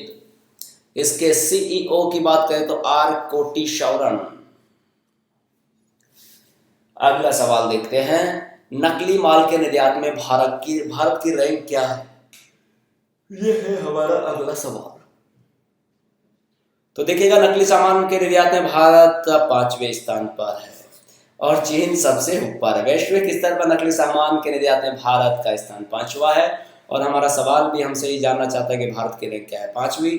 और सबसे ऊपर की बात करें पहले नंबर पर तो चीन है। अगला सवाल है, नए विकास बैंक के साथ करार करने वाला पहला भारतीय बैंक है? कौन सा है? नए विकास बैंक के साथ तो भारत में ब्रिक्स बैंक का पहला साझेदार आईसीआईसीआई बैंक बना। ब्रिक्स देशों की केवी शामत की अध्यक्षता वाले न्यू डेवलपमेंट बैंक एनडीबी ने आईसीआईसीआई बैंक के साथ समझौता ज्ञापन पर हस्ताक्षर किए हैं। इसके साथ ही आईसीआईसीआई बैंक भारत में एनडीबी का पहला साझेदार बन गया है। नए विकास बैंक के साथ करार करने वाला पहला भारतीय बैंक कौन सा है? यह था हमारा सवाल। तो हमारा करेक्ट आंसर निकल करके आ जाएगा डी ऑप्शन। अगला सवाल है, क्रोनिक कैपिटलिज्म सूचकांक में भारत की रैंक क्या है? तो देखिएगा, क्रोनिक कैपिटलिज्म यानी शाटघाट से चलने वाले पूंजीवाद को दर्शाते सूचकांक में भारत 9वें नंबर पर। भारत ताजा जारी क्रोनिक कैपिटलिज्म यानी शाटघाट से चलने वाले पूंजीवाद को दर्शाते सूचकांक में 9वें स्थान पर है, जिसमें क्रोनिक सेक्टर जीडीपी का 3.4% है। जर्मनी सूचकांक में निचले स्थान पर, जिसे अच्छा माना जाता है, और सबसे ऊपर रूस है, जिसके बाद मलेशिया, फिलीपींस व सिंगापुर का स्थान है। और यहाँ पर हम लोग बात कर रहे थे भारत की, तो भारत कौन सा नंबर है? 9वां। अगला सवाल है, किस बैंक ने महाराष्ट्र में सूखा राहत के लिए 1 करोड़ रुपए दिए हैं? तो यहां पर बात करें हम लोग तो हमारा करेक्ट आंसर निकल करके आएगा। देखिएगा, यहां पर देखते हैं, शाश्वत बैंक महाराष्ट्र के सूखा पीड़ितों के लिए 1 करोड़ देगा। भारत के सबसे बड़े सहकारी बैंक सारस्वत ने महाराष्ट्र में सूखा पीड़ितों के लिए 1 करोड़ रुपए देने की घोषणा की है। बैंक के उपाध्यक्ष गौतम ठाकुर ने मुख्यमंत्री देवेंद्र फडणवीस तथा नाम फाउंडेशन को 50-50 लाख के चेक प्रदान किए। नाम फाउंडेशन की बात करें तो इसे अभिनेता नाना पाटेकर तथा मकरंद अनाशपुरे द्वारा शुरू किया गया है, जो सूखा पीड़ितों की मदद करता है। तो हमारा सवाल था 1 करोड़ रुपए किसने दिए, किस बैंक ने दिए हैं? तो हमारा सिंपल सा आंसर क्या आ जाएगा? सारस्वत बैंक ने दिए हैं। और ये भी जरूर ध्यान रखें, 50-50 लाख के चेक प्रदान किए। किसने किए? बैंक के उपाध्यक्ष गौतम ठाकुर ने। किसको? मुख्यमंत्री देवेंद्र फडणवीस को। और साथ ही नाम फाउंडेशन कौन चलाता है? अभिनेता नाना पाटेकर और मकरंद अनाशपुरे। आरबीआई जारी करेगा 1000 रुपए का नया note. Reserve bank of India जल्द ही 1000 रुपए का नया नोट जारी करेगा, जिसमें नंबर पैनल पर अंग्रेजी का आर लेटर इंसेट होगा। इस 1000 रुपए के नोटों पर पहले से जारी सारे सिक्योरिटी फीचर्स मौजूद रहेंगे। हमारा अगला सवाल है, किस बैंक के द्वारा हैदराबाद में एक प्रौद्योगिकी पार्क की स्थापना की जाएगी? तो देखिएगा, सिंगापुर स्थित डीपीएस बैंक ने हैदराबाद में अपने मुख्यालय के बाहर अपना सबसे बड़ा प्रौद्योगिकी केंद्र स्थापित करने का निर्णय किया है। कंपनी की अगले 2 साल में करीब 1500 लोगों को भर्ती करने की योजना है। और डीबीएस बैंक की बात करना चाहे तो इसका मुख्यालय सिंगापुर में है और सीईओ पीयूष गुप्ता है। और हमारा सवाल सिर्फ इतना सा है और सवाल का जवाब हमें देना है डीबीएस बैंक। हमारा आंसर करेक्ट हो जाएगा क्योंकि हमसे पूछा गया है बैंक का नाम। अगला सवाल, स्टार्टअप द्वारा किए गए पेटेंट आवेदनों के त्वरित निकासी के लिए विंडो का नाम क्या है? तो क्या नाम हो सकता है? देखते हैं। सरकार ने पेटेंट नियमों में संशोधन करते हुए स्टार्टअप द्वारा किए गए आवेदनों के त्वरित निकासी के लिए तत्काल ऑप्शन प्रदान किया गया है। यह फायदा उन इकाइयों को भी मिलेगा जो भारत में अपना पहला आवेदन दायर करेंगी। सो यहां पर हमारा करेक्ट आंसर हो जाएगा तत्काल, ये ऑप्शन। सहयोगी बैंकों के अलावा किस बैंक का विलय एसबीआई में होगा? सवाल है सहयोगी बैंकों के अलावा किस बैंक का विलय एसबीआई में होगा? तो देखिएगा, भारतीय स्टेट बैंक अपने 5 सहयोगी बैंकों और भारतीय महिला बैंक के अधिग्रहण का इरादा जताया है। 5 सहयोगी बैंकों के बोर्ड ने विलय पर सैद्धांतिक रूप से हामी जता दी है। 5 सहयोगी बैंकों के पास कुल जमा 5 लाख करोड़ रुपए से ज्यादा, जबकि उन्होंने करीब 4 लाख करोड़ रुपए का कर्जा दे रखा है। इन 5 बैंकों का नेट वर्थ करीब 90 लाख करोड़ रुपए है। भारतीय महिला बैंक को नवंबर 2013 में तत्कालीन यूपीए सरकार ने महिलाओं के लिए लॉन्च किया था। भारतीय स्टेट बैंक की बात करें तो इसका मुख्यालय मुंबई में है और इसकी स्थापना 1 जुलाई 1955 में हुई थी। और इसके वर्तमान अध्यक्ष की बात करें तो अरुंधति भट्टाचार्य हैं। मगर हमारा सवाल सिर्फ छोटा सा है। हमारे सवाल में हमने पूछा था कौन सा बैंक और विलय होगा सहयोगी बैंकों के अलावा, तो सीधा सा आंसर आ जाएगा भारतीय महिला बैंक। किस बैंक ने भारतीय बैंक इतिहास का सर्वाधिक तिमाही नुकसान दर्ज किया है? तो देखिएगा, ऐसा करने वाला कौन सा बन चुका है? Punjab national bank. इसका मुख्यालय नई दिल्ली में है और इसके सीईओ की बात करें तो उषा अनंत सुब्रमण्यम। इसकी टैगलाइन है the name you can bank upon. हमारा करेक्ट आंसर भी क्या रहेगा? Punjab national bank. एप्पल अपना मैप विकास केंद्र, किसकी बात करें? मैप विकास केंद्र किस शहर में स्थापित करेगा? तो देखिए, एप्पल इंक ने हैदराबाद में एक नया कार्यालय खोलने की घोषणा की है, जो आईफोन, आईपैड, मैक और एप्पल वॉच समेत इसके उपकरणों के लिए मानचित्र के विकास पर ध्यान केंद्रित करेगा। इस निवेश से मानचित्र विकास में तेजी आएगी और 4000 रोजगार का सृजन होगा। अगर बात करें इसके मुख्यालय की तो कैलिफोर्निया में है और इसके सीईओ टिम कुक है। तो यहां पर हमारा जो करेक्ट आंसर निकल करके आ जाएगा वो हैदराबाद होगा। अगला हमारा सवाल है, इस्लामी विकास बैंक भारत में शहर को अपनी पहली शाखा खोलेगा। कौन से शहर में खोलने जा रहा है? जेदा के इस्लामिक डेवलपमेंट बैंक आईडीबी ने गुजरात के अहमदाबाद में अपनी पहली शाखा। तो यहाँ पर सिर्फ क्या लिखा हुआ है? अहमदाबाद ऑप्शन है, तो हमारा अहमदाबाद करेक्ट होगा। दुनिया का तीसरा सबसे बड़ा इस्पात उत्पादक देश कौन सा है? यह है हमारा नेक्स्ट सवाल। भारत 2015 में दुनिया में शीर्ष 10 इस्पात आयातकों में रहा। विश्व इस्पात संघ की एक रिपोर्ट में जानकारी दी गई। इस्पात उत्पादन में भारत कौन से मामले में है? तीसरे स्थान पर। और हमसे सवाल भी यही पूछा गया कि तीसरे नंबर पर कौन है, तो तीसरे नंबर पर कौन है? भारत है। अब बढ़ते हैं हम लोग नियुक्तियों की तरफ। तो नियुक्ति से संबंधित समाचारों की तरफ हम लोग बढ़ते हैं, जो कि हमारे लिए बहुत इंपॉर्टेंट है। पहला सवाल है, स्किल इंडिया के राजदूत के रूप में किसे नियुक्त किया गया है? तो देखिएगा, वैसे तो तस्वीर देखकर ही आपको समझ में आ गया होगा। सचिन तेंदुलकर स्किल इंडिया अभियान के ब्रांड एम्बेसडर बने। क्रिकेट के महान बल्लेबाज सचिन तेंदुलकर को कौशल विकास और उद्यमशीलता मंत्रालय MSD ने स्किल इंडिया अभियान का ब्रांड एम्बेसडर बना दिया है। तो हमारा करेक्ट आंसर क्या आ जाएगा? सचिन तेंदुलकर। हमारा अगला सवाल है, नए वित्त सचिव के रूप में किसे नियुक्त किया गया है? तो सिंपल है, वरिष्ठ IAS अधिकारी अशोक लवासा वित्त सचिव नामित।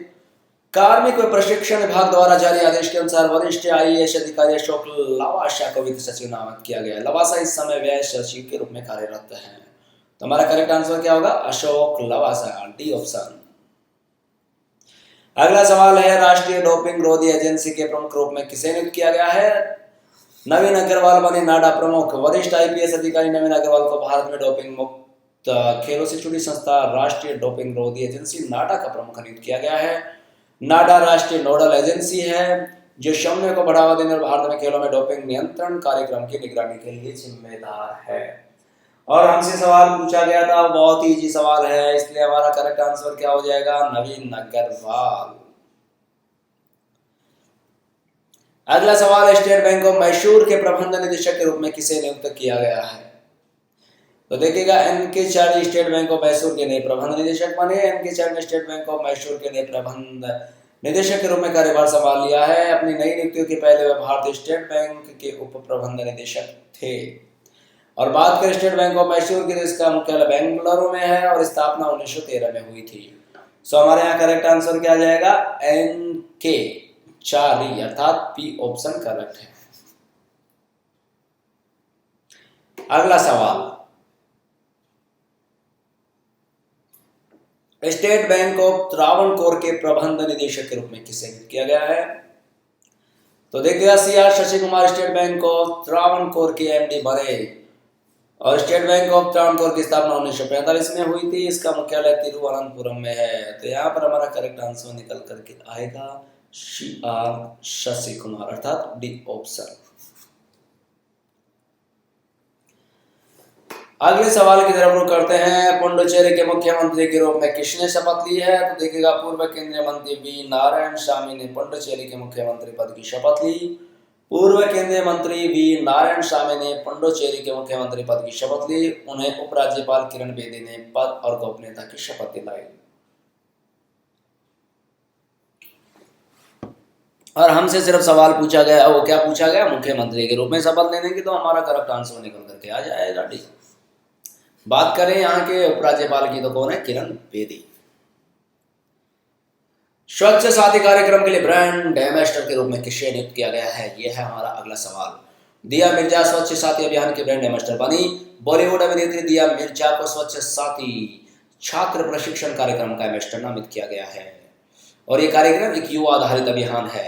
सो दैट हमारा करेक्ट आंसर निकल करके आ जाएगा दिया मिर्जा।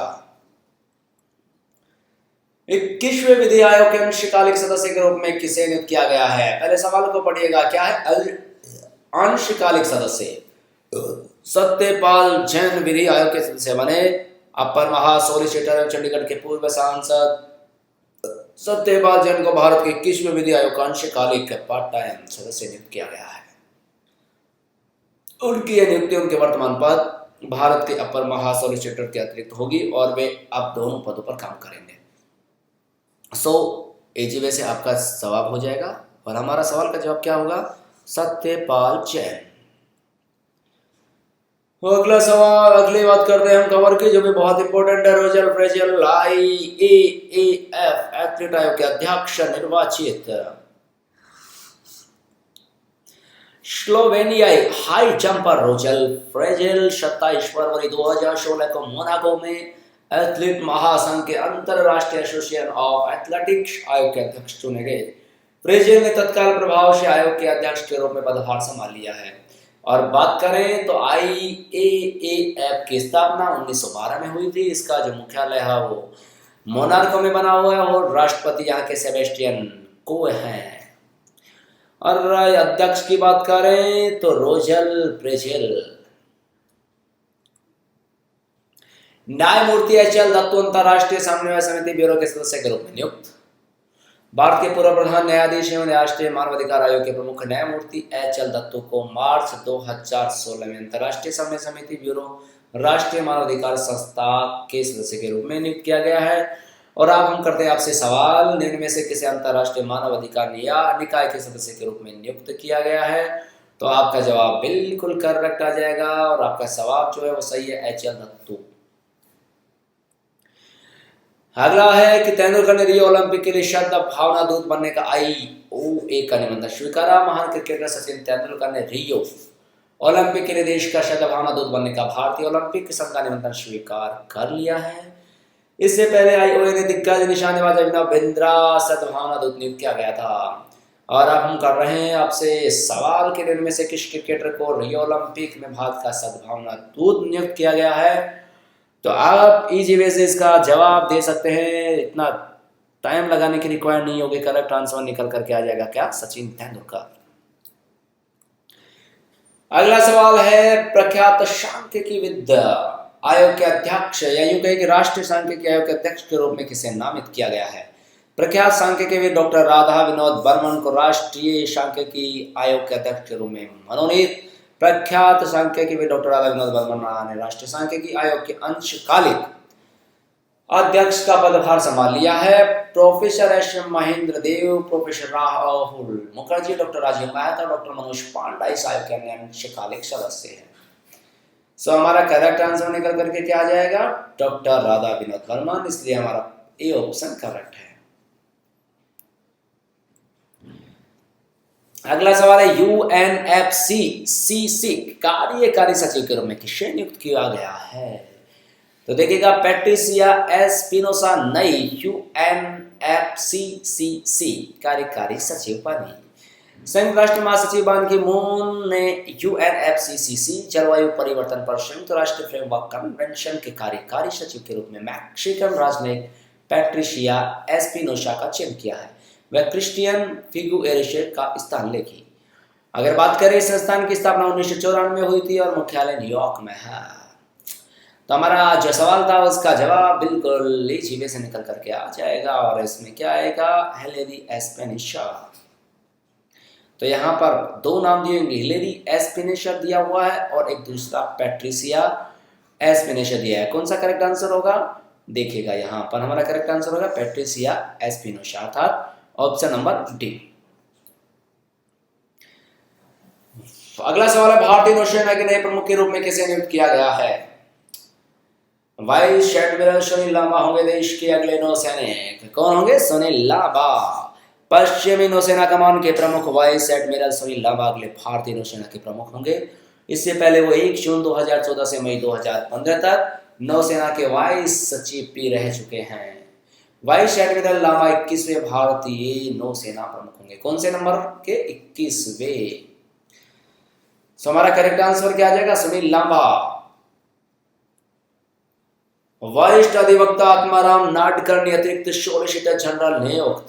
समिति ने 3 साल की अवधि के लिए मुंबई उच्च न्यायालय के वरिष्ठ अधिवक्ता आत्माराम नाडकर्णी को अतिरिक्त सॉलिसिटर जनरल नियुक्त किया है। इससे पहले वह गोवा के महाअधिवक्ता के रूप में कार्य कर चुके हैं।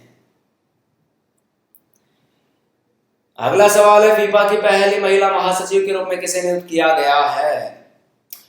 तो यहां पर देखिएगा फीफा की पहली महिला महासचिव बनी फातिमा सामोरा। अफ्रीकी देश सेनेगल की फातिमा सामोरा को फुटबॉल की वैश्विक इकाई इंटरनेशनल फुटबॉल फेडरेशन के महासचिव पद पर नियुक्त किया गया है।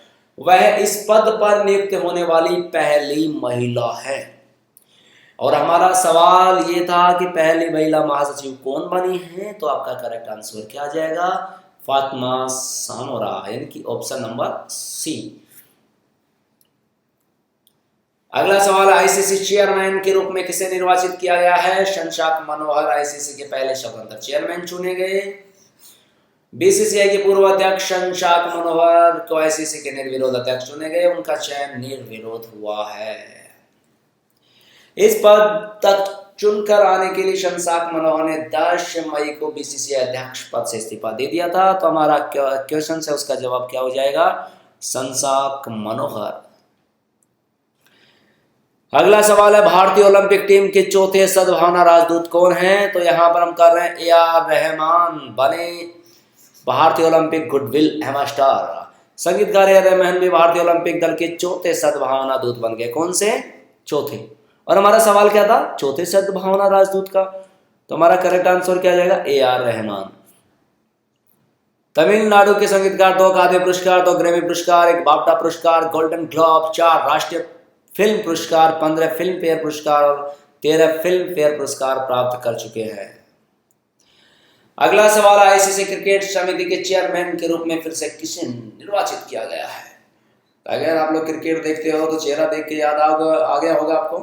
कुंबले दोबारा आईसीसी के क्रिकेट समिति के अध्यक्ष बने। भारत के पूर्व कप्तान अनिल कुंबले को दूसरी बार 3 वर्ष के लिए आईसीसी क्रिकेट समिति का अध्यक्ष चुना गया। कितने साल के लिए? 3 साल के लिए। महान बल्लेबाज राहुल द्रविड़, श्रीलंका के पूर्व कप्तान महिला जयवर्धने को भी आईसीसी क्रिकेट समिति का सदस्य नियुक्त किया गया है। और हमारा सवाल जो था तो उसके लिए चेयरमैन का सवाल था। तो चेयरमैन के रूप में किसे नियुक्त किया गया है? अनिल कुंबले को। अगला सवाल है मिशेल टेमर को किस देश के अंतरिम राष्ट्रपति के रूप में नियुक्त किया गया है? तो देखिएगा मिशेल टेमर ने ब्राजील का राष्ट्रपति पद संभाला। मिशेल टेमर ने ब्राजील की प्रथम महिला राष्ट्रपति डिल्मा रोसेफ से राष्ट्रपति पद संभाल लिया है। रोसेफ को महाभियोग की सुनवाई के दौरान 180 दिनों के लिए इस पद से बर्खास्त कर दिया गया है। ब्राजील की राजधानी ब्रासीलिया है और मुद्रा रियाल है। किंतु हमारा सवाल था राष्ट्रपति के रूप में किसे चुना गया है? तो हमारा करेक्ट आंसर होगा मिशेल टेमर। और कहाँ के राष्ट्रपति के रूप में चुना गया है, ये था हमारा सवाल, इसलिए हमारा आंसर हो जाएगा ब्राजील। अगला सवाल है फीफा शासन समिति के उपाध्यक्ष के रूप में किसे नियुक्त किया गया है? तो देखिएगा फीफा शासन समिति के उपाध्यक्ष के रूप में जस्टिस मुकुल मुद्दगल फीफा संचालन समिति के उपाध्यक्ष नियुक्त। अंतरराष्ट्रीय फुटबॉल महासंघ, फीफा क्या है? अंतरराष्ट्रीय फुटबॉल महासंघ है, ने आईपीएल स्पॉट फिक्सिंग की जांच करने वाले पंजाब और हरियाणा के पूर्व मुख्य न्यायाधीश जस्टिस मुकुल मुद्दगल को अपनी संचालन समिति का उपाध्यक्ष नियुक्त किया है। पुर्तगाल के लुई मुग्गई मादुरो फीफा के संचालन समिति के अध्यक्ष हैं और अब मादुरो और मुद्दगल फीफा की अंतरराष्ट्रीय समिति की अध्यक्षता करेंगे। तो यहां पर हमारा करेक्ट आंसर क्या आ जाएगा? मुकुल मुद्दगल। अगला सवाल है नीति आयोग के प्रधान सलाहकार के रूप में किसे नियुक्त किया गया है? तो प्रधान सलाहकार की बात करें तो पूर्व सचिव रतन बी वाटल को नीति आयोग में सामाजिक क्षेत्र के लिए मुख्य सलाहकार नियुक्त किया गया है। कार्मिक एवं प्रशिक्षण विभाग द्वारा जारी आदेश के अनुसार उन्हें 3 वर्षों के लिए इस पद पर नियुक्त किया गया है। तो हमारा करेक्ट आंसर होगा रतन वाटल। अगला सवाल है नए बीसीसीआई अध्यक्ष के रूप में किसे नियुक्त किया गया है? तो किसे किया गया? अनुराग ठाकुर ने सर्वसम्मति से दूसरे सबसे कम उम्र के बीसीसीआई अध्यक्ष और भारतीय क्रिकेट प्रशासन में सबसे सुदृढ़ व्यक्ति के रूप में कार्य संभाल लिया है। तो आंसर क्या हुआ? अनुराग ठाकुर। अगला सवाल है किरण बेदी को किस राज्य या संघ क्षेत्र के उपराज्यपाल के रूप में नियुक्त किया गया है? हमने एक सवाल में चर्चा की थी जिसमें आया था वहां के मुख्यमंत्री को शपथ के बारे में। तो आपका करेक्ट आंसर क्या आ जाएगा? पुडुचेरी। तमिलनाडु के मुख्यमंत्री के रूप में किसने शपथ ली है? इसके बारे में भी हमने चर्चा की थी। दिमाग में रखा करो सवाल, तभी तो कहता हूँ ध्यानपूर्वक सुना करो, कोई भी बात मिस नहीं होनी चाहिए। चर्चा कर चुके हैं हम। अन्ना द्रमुक प्रमुख के जयललिता ने 28 अन्य करीबियों के साथ 6ठी बार तमिलनाडु के मुख्यमंत्री तौर पर प्रमुख ली। तो क्या आंसर आ जाएगा? जयललिता। सर्बानंद सोनोवाल ने असम के मुख्यमंत्री के रूप में शपथ ली। भाजपा ने विधानसभा में सरकार गठन का किया है। सर्बानंद सोनोवाल ने 11 मंत्रियों के साथ राज्य के मुख्यमंत्री के रूप में कार्यभार संभाल लिया है। बात करें तो यहाँ की विधानसभा निर्वाचन क्षेत्र 126 सीटें थी। सत्तारूढ़ दल जो है उससे भाजपा है, विपक्षी दल के रूप में भारतीय राष्ट्रीय कांग्रेस है। अगर यहाँ के मुख्यमंत्री की बात करें तो सर्बानंद सोनोवाल है और राज्यपाल पद्मनाभ बालकृष्ण आचार्य है। भाजपा सरकार 126 सीटों में से 60 सीटों पर जीत हासिल की है।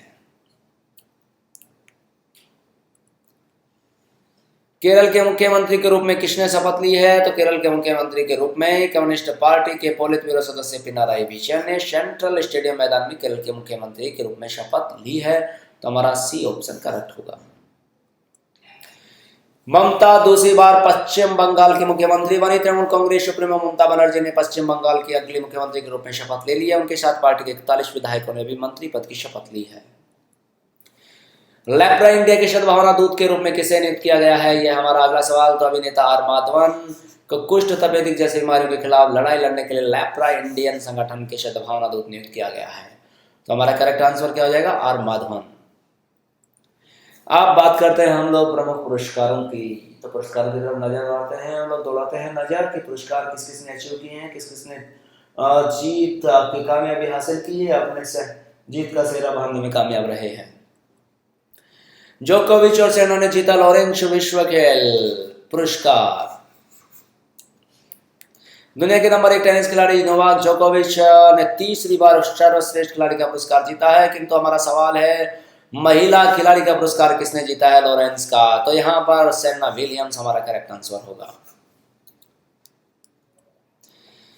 अगला निम्नलिखित में से किसे भारत में सबसे आकर्षक नियोक्ता के रूप में सम्मानित किया गया है? तो यहां पर देखिएगा गूगल भारत में सबसे आकर्षक नियोक्ता रैंड स्टैंड की रिपोर्ट के अनुसार। तो हमारा करेक्ट आंसर होगा Google.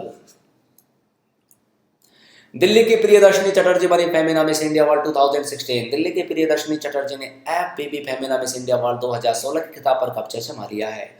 Priyadarshini Chatterjee miss world 2016 में भारत का प्रतिनिधित्व करेगी। अगला सवाल है निम्नलिखित में से यूनेस्को किलमोरा कानो वर्ल्ड प्रेस फ्रीडम पुरस्कार 2016 से किसे सम्मानित किया है? तो देखिएगा खदीजा इस्माइल लुवाको। तो हमारा करेक्ट आंसर क्या आएगा? सी।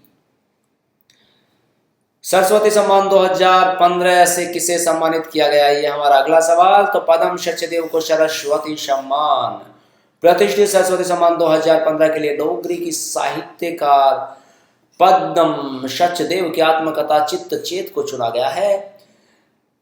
देखिएगा, सबसे पहली बात तो इस बात में ये क्वेश्चन जो हमारा था उसका तो करेक्ट आंसर सीधा सीधा निकल करके आ गया है, पद्म सचदेव।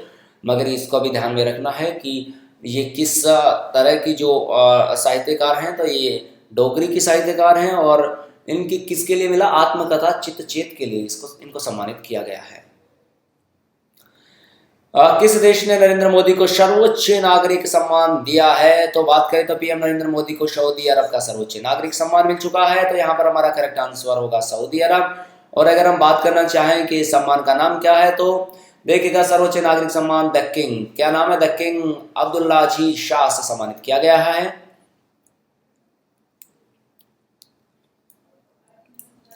विश्वनाथन आनंद को हृदयनाथ पुरस्कार, शतरंज के दिग्गज विश्वनाथन आनंद को हृदयनाथ पुरस्कार दिया गया है। यह पुरस्कार विभिन्न क्षेत्रों में सफल व्यक्तियों को दिया जाता है।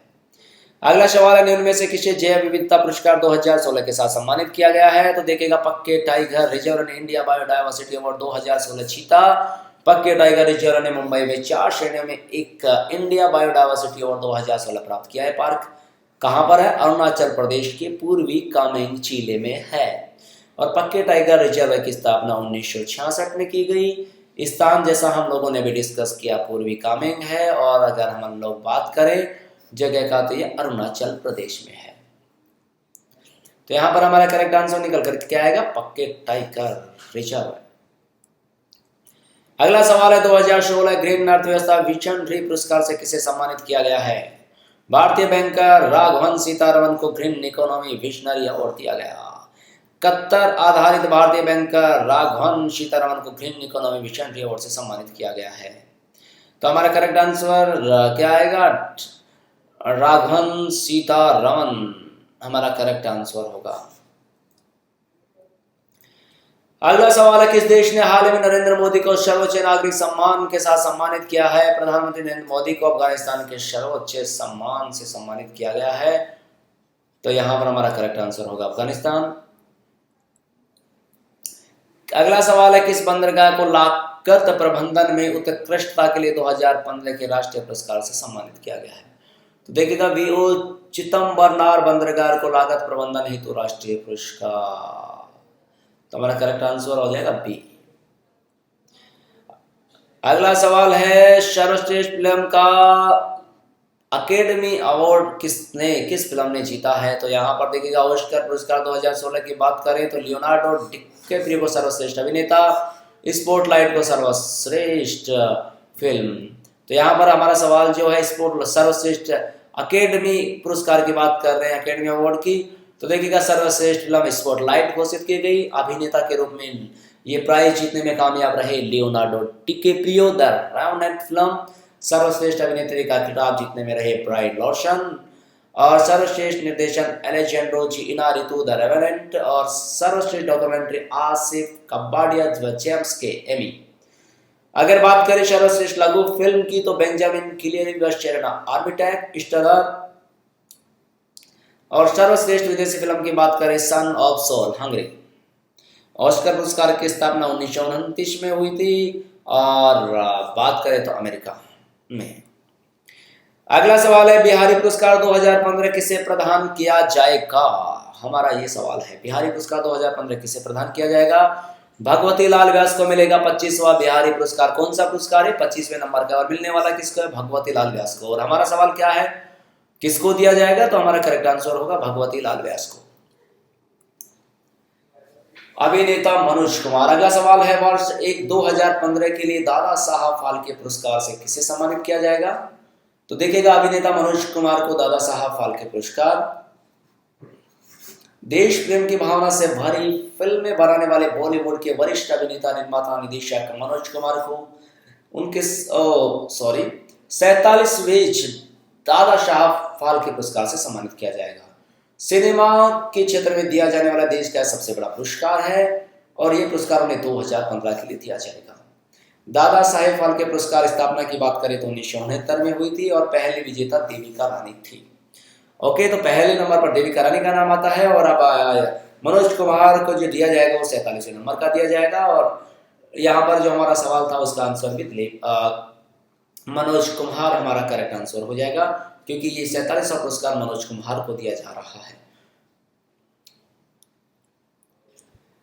अगला सवाल है, किस अभिनेत्री को 63वें राष्ट्रीय फिल्म पुरस्कार में सर्वश्रेष्ठ अभिनेत्री का पुरस्कार मिला है? तो देखिएगा, सर्वश्रेष्ठ अभिनेत्री कंगना रनावत को तन्नू बैट मनु के लिए। तो सर्वश्रेष्ठ अभिनेत्री की बात करें तो कंगना रनावत, मूवी का नाम है तन्नू बैट्स मनु। और सर्वश्रेष्ठ अभिनेता अमिताभ बच्चन, फिल्म पीकू।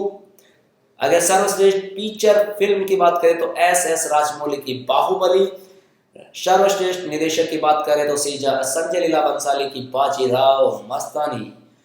और सर्वश्रेष्ठ लोकप्रिय फिल्म की बात करें तो बजरंगी भाईजान को अवार्ड जाता है। और बात करें सर्वाधिक फिल्म फ्रेंडली राज्य का पुरस्कार तो ये गुजरात को जाता है। कॉर्पोरेशन बैंक ने MSME बैंकिंग उत्कृष्टता पुरस्कार 2015 प्राप्त किया। मैंगलोर स्थित कॉर्पोरेशन बैंक को MSME को सशक्त बनाने पर MSME 2016 उत्कृष्टता पुरस्कार से सम्मानित किया गया। अब बढ़ते हैं हमारे अगले सवाल की तरफ। किस देश ने यश चोपड़ा को उनके प्रतिमा बनाकर सम्मानित किया है? यश चोपड़ा के सम्मान में स्विट्जरलैंड सरकार ने स्थापित की उनकी प्रतिमा। दिवंगत फिल्मकार यशराज चोपड़ा को स्विस सरकार ने सम्मानित किया है। चोपड़ा की पत्नी पामेला और बहू रानी मुखर्जी ने कांस्य प्रतिमा का अनावरण किया। प्रतिमा का वजन करीब 250 किलोग्राम है। तो यहां पर हमारा करेक्ट आंसर होगा स्विट्जरलैंड। अगला सवाल है, किस राज्य ने वन्य जीव के लिए सर्वश्रेष्ठ भारतीय गंतव्य पुरस्कार जीता है? तो मध्य प्रदेश को यह पुरस्कार मिला है। तो यह हमारा करेक्ट आंसर होगा मध्य प्रदेश। हमारा अगला सवाल है, द वेजिटेरियन नामक पुस्तक के लेखक या लेखिका कौन है? तो देखिएगा, दक्षिण कोरिया लेखिका हान कांग को अविस्मरणीय छाप छोड़ने वाले उनके उपन्यास द वेजिटेरियन को लेकर प्रतिष्ठित मैन बुकर पुरस्कार के लिए चुना गया है। कौन से पुरस्कार के लिए? मैन बुकर पुरस्कार के लिए। उनका उपन्यास एक महिला द्वारा मानवीय निर्ममता को खारिज करने व मांस का सेवन छोड़ देने पर आधारित है। तो हमारा करेक्ट आंसर हो जाएगा हान कांग। अगला सवाल है, पवन चामलिंग जिन्हें नेपाल के साहित्य पुरस्कार से सम्मानित किया गया है, किस राज्य के मुख्यमंत्री है? तो देखिएगा, सिक्किम के मुख्यमंत्री पवन चामलिंग। कहां के? सिक्किम के। को भारत में नेपाली साहित्य के प्रचार प्रसार में उनके सराहनीय योगदान को लेकर नेपाल ने युग कवि सिद्धिचरण पुरस्कार से सम्मानित किया है। तो हमारा सवाल का जवाब होगा सिक्किम। अगला है, C8 के वर्ष में सर्वश्रेष्ठ अंतर्राष्ट्रीय क्रिकेटर के पुरस्कार के साथ किसे सम्मानित किया गया? तो सबसे जो अंतर्राष्ट्रीय क्रिकेटर की बात करें तो अंतर्राष्ट्रीय क्रिकेटर का पुरस्कार जाता है जो रूट को। अगर लाइफ टाइम अचीवमेंट पुरस्कार की बात करें तो दिलीप वेंगसरकर को। किंतु हमारा सवाल है सर्वश्रेष्ठ अंतर्राष्ट्रीय क्रिकेटर, तो हमारा आंसर होगा जो रूट। अगर अंतर्राष्ट्रीय बल्लेबाज की बात करें तो भी यह पुरस्कार जो रूट को जाता है। अंतर्राष्ट्रीय गेंदबाज में आर अश्विन का नाम आता है। और अगर टेस्ट क्रिकेटर की बात करें तो केन विलियमसन को पुरस्कार जाता है। वनडे क्रिकेटर में मार्टिन गुप्टिल को जाता है। और T20 प्लेयर की बात करें तो विराट कोहली। और अगर सर्वश्रेष्ठ भारतीय क्रिकेटर में रोहित शर्मा को पुरस्कार मिलता है। और घरेलू क्रिकेटर की बात करें तो ये खिताब जीतने में कामयाब रहे हैं श्रेयस अय्यर। और युवा प्लेयर की बात करें तो बाजी मार ली है ऋषभ पंत ने। और विशेष पुरस्कार के लिए चुना गया अंजिके रहाणे को। जापान के शीर्ष ग्रांड फुकुओका पुरस्कार से नवाजे गए संगीतकार AR रहमान। संगीतकार AR रहमान को जापान के शीर्ष ग्रांड फुकुओका पुरस्कार 2016 का विजेता घोषित किया गया है। रहमान के पुरस्कार उनके संगीत के माध्यम से एशियाई संस्कृति में उत्कृष्ट योगदान के लिए दिया जा रहा है।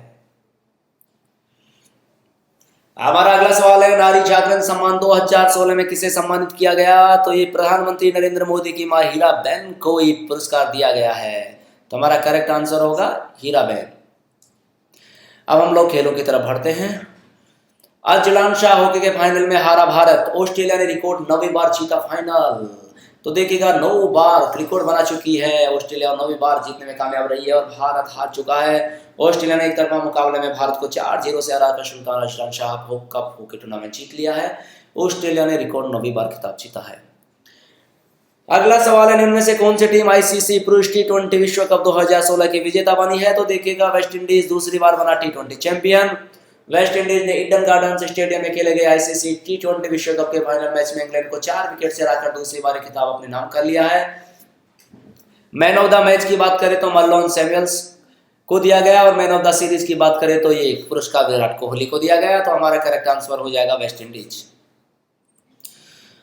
अगला फिर सवाल है, इनमें से कौन सी टीम आईसीसी महिला टी20 विश्व कप 2016 का विजेता बनी है? तो बात करें तो पुरुषों में भी वेस्ट इंडीज ने खिताब जीता और महिलाओं में भी ये पुरस्कार वेस्ट इंडीज जीतने में कामयाब रही है।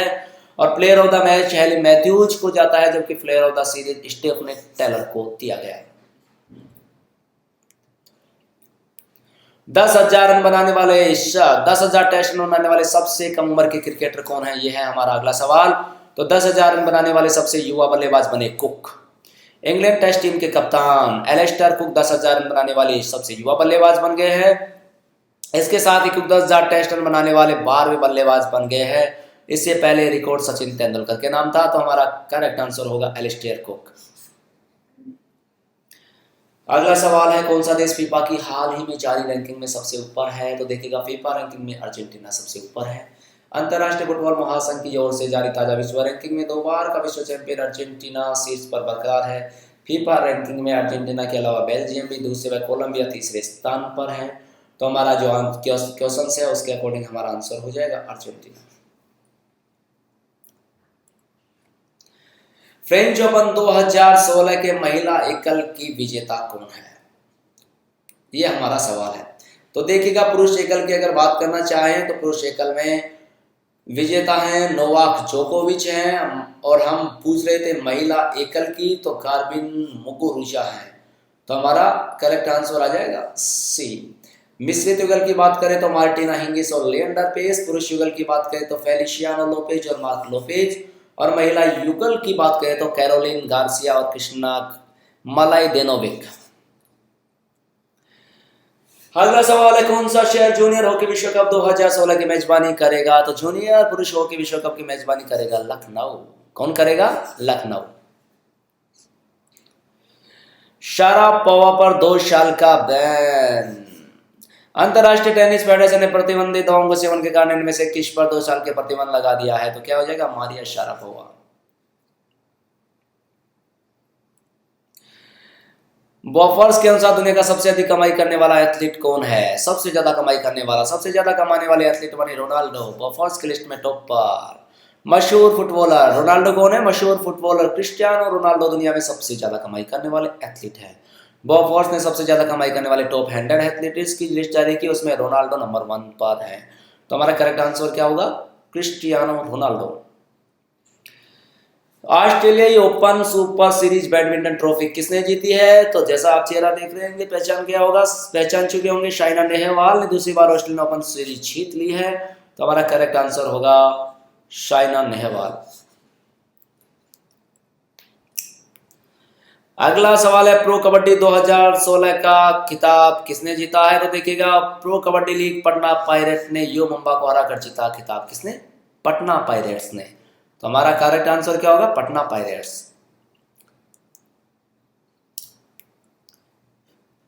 अगला सवाल है, एशिया कप क्रिकेट 2016 का खिताब किस टीम ने जीता है? देखिएगा भारत ने बांग्लादेश को हराकर एशिया कप जीता। बांग्लादेश के मीरपुर में खेले गए एशिया कप फाइनल में भारत ने बांग्लादेश को 8 विकेट से हरा दिया। भारत 6ठी बार एशिया कप का विजेता बना है। कौन सी बार? 6ठी बार। एशिया कप पहली बार T20 फॉर्मेट में हुआ है। तो यहां पर हमारा करेक्ट आंसर आ जाएगा इंडिया। अगला किस टीम ने एशियाई कबड्डी चैंपियनशिप 2016 जीत ली है? तो देखिएगा पाकिस्तान ने भारत को हरा एशियाई कबड्डी चैंपियनशिप जीती। पाकिस्तान ने भारत को हराने के साथ एशियाई कबड्डी चैंपियनशिप 2016 के 30वें संस्करण को जीत लिया है। तो यहाँ पे करेक्ट आंसर होगा हमारा पाकिस्तान। अगला सवाल है, उबेर कप 2016 का कांस्य पदक किस टीम ने जीता है? तो देखिएगा बैडमिंटन की महाशक्ति चीन ने कोरिया को फाइनल में 3-1 से पराजित कर 14वीं बार प्रतिष्ठित उबेर कप जीत लिया है। तो किसने? चीन ने। बात करें उबेर कप खेल बैडमिंटन महिला, इसकी स्थापना 1957 में हुई। टीमों की संख्या 16 है। सर्वाधिक खिताब चीन ने 14 बार जीते हैं और वर्तमान विजेता भी चीन ही है। किस टीम ने थॉमस कप 2016 जीता है? डेनमार्क ने फाइनल मुकाबले में इंडोनेशिया को 3-2 से हराकर थॉमस कप हासिल करने वाली पहली यूरोपीय टीम बन गई है। थॉमस कप बैडमिंटन पुरुषों के लिए स्थापना 1949 में हुई। टीमों की टोटल संख्या 16 है। सर्वाधिक खिताब इंडोनेशिया ने 13 बार जीता है और वर्तमान विजेता की बात करें तो डेनमार्क है। तो हमारा करेक्ट आंसर होगा डेनमार्क।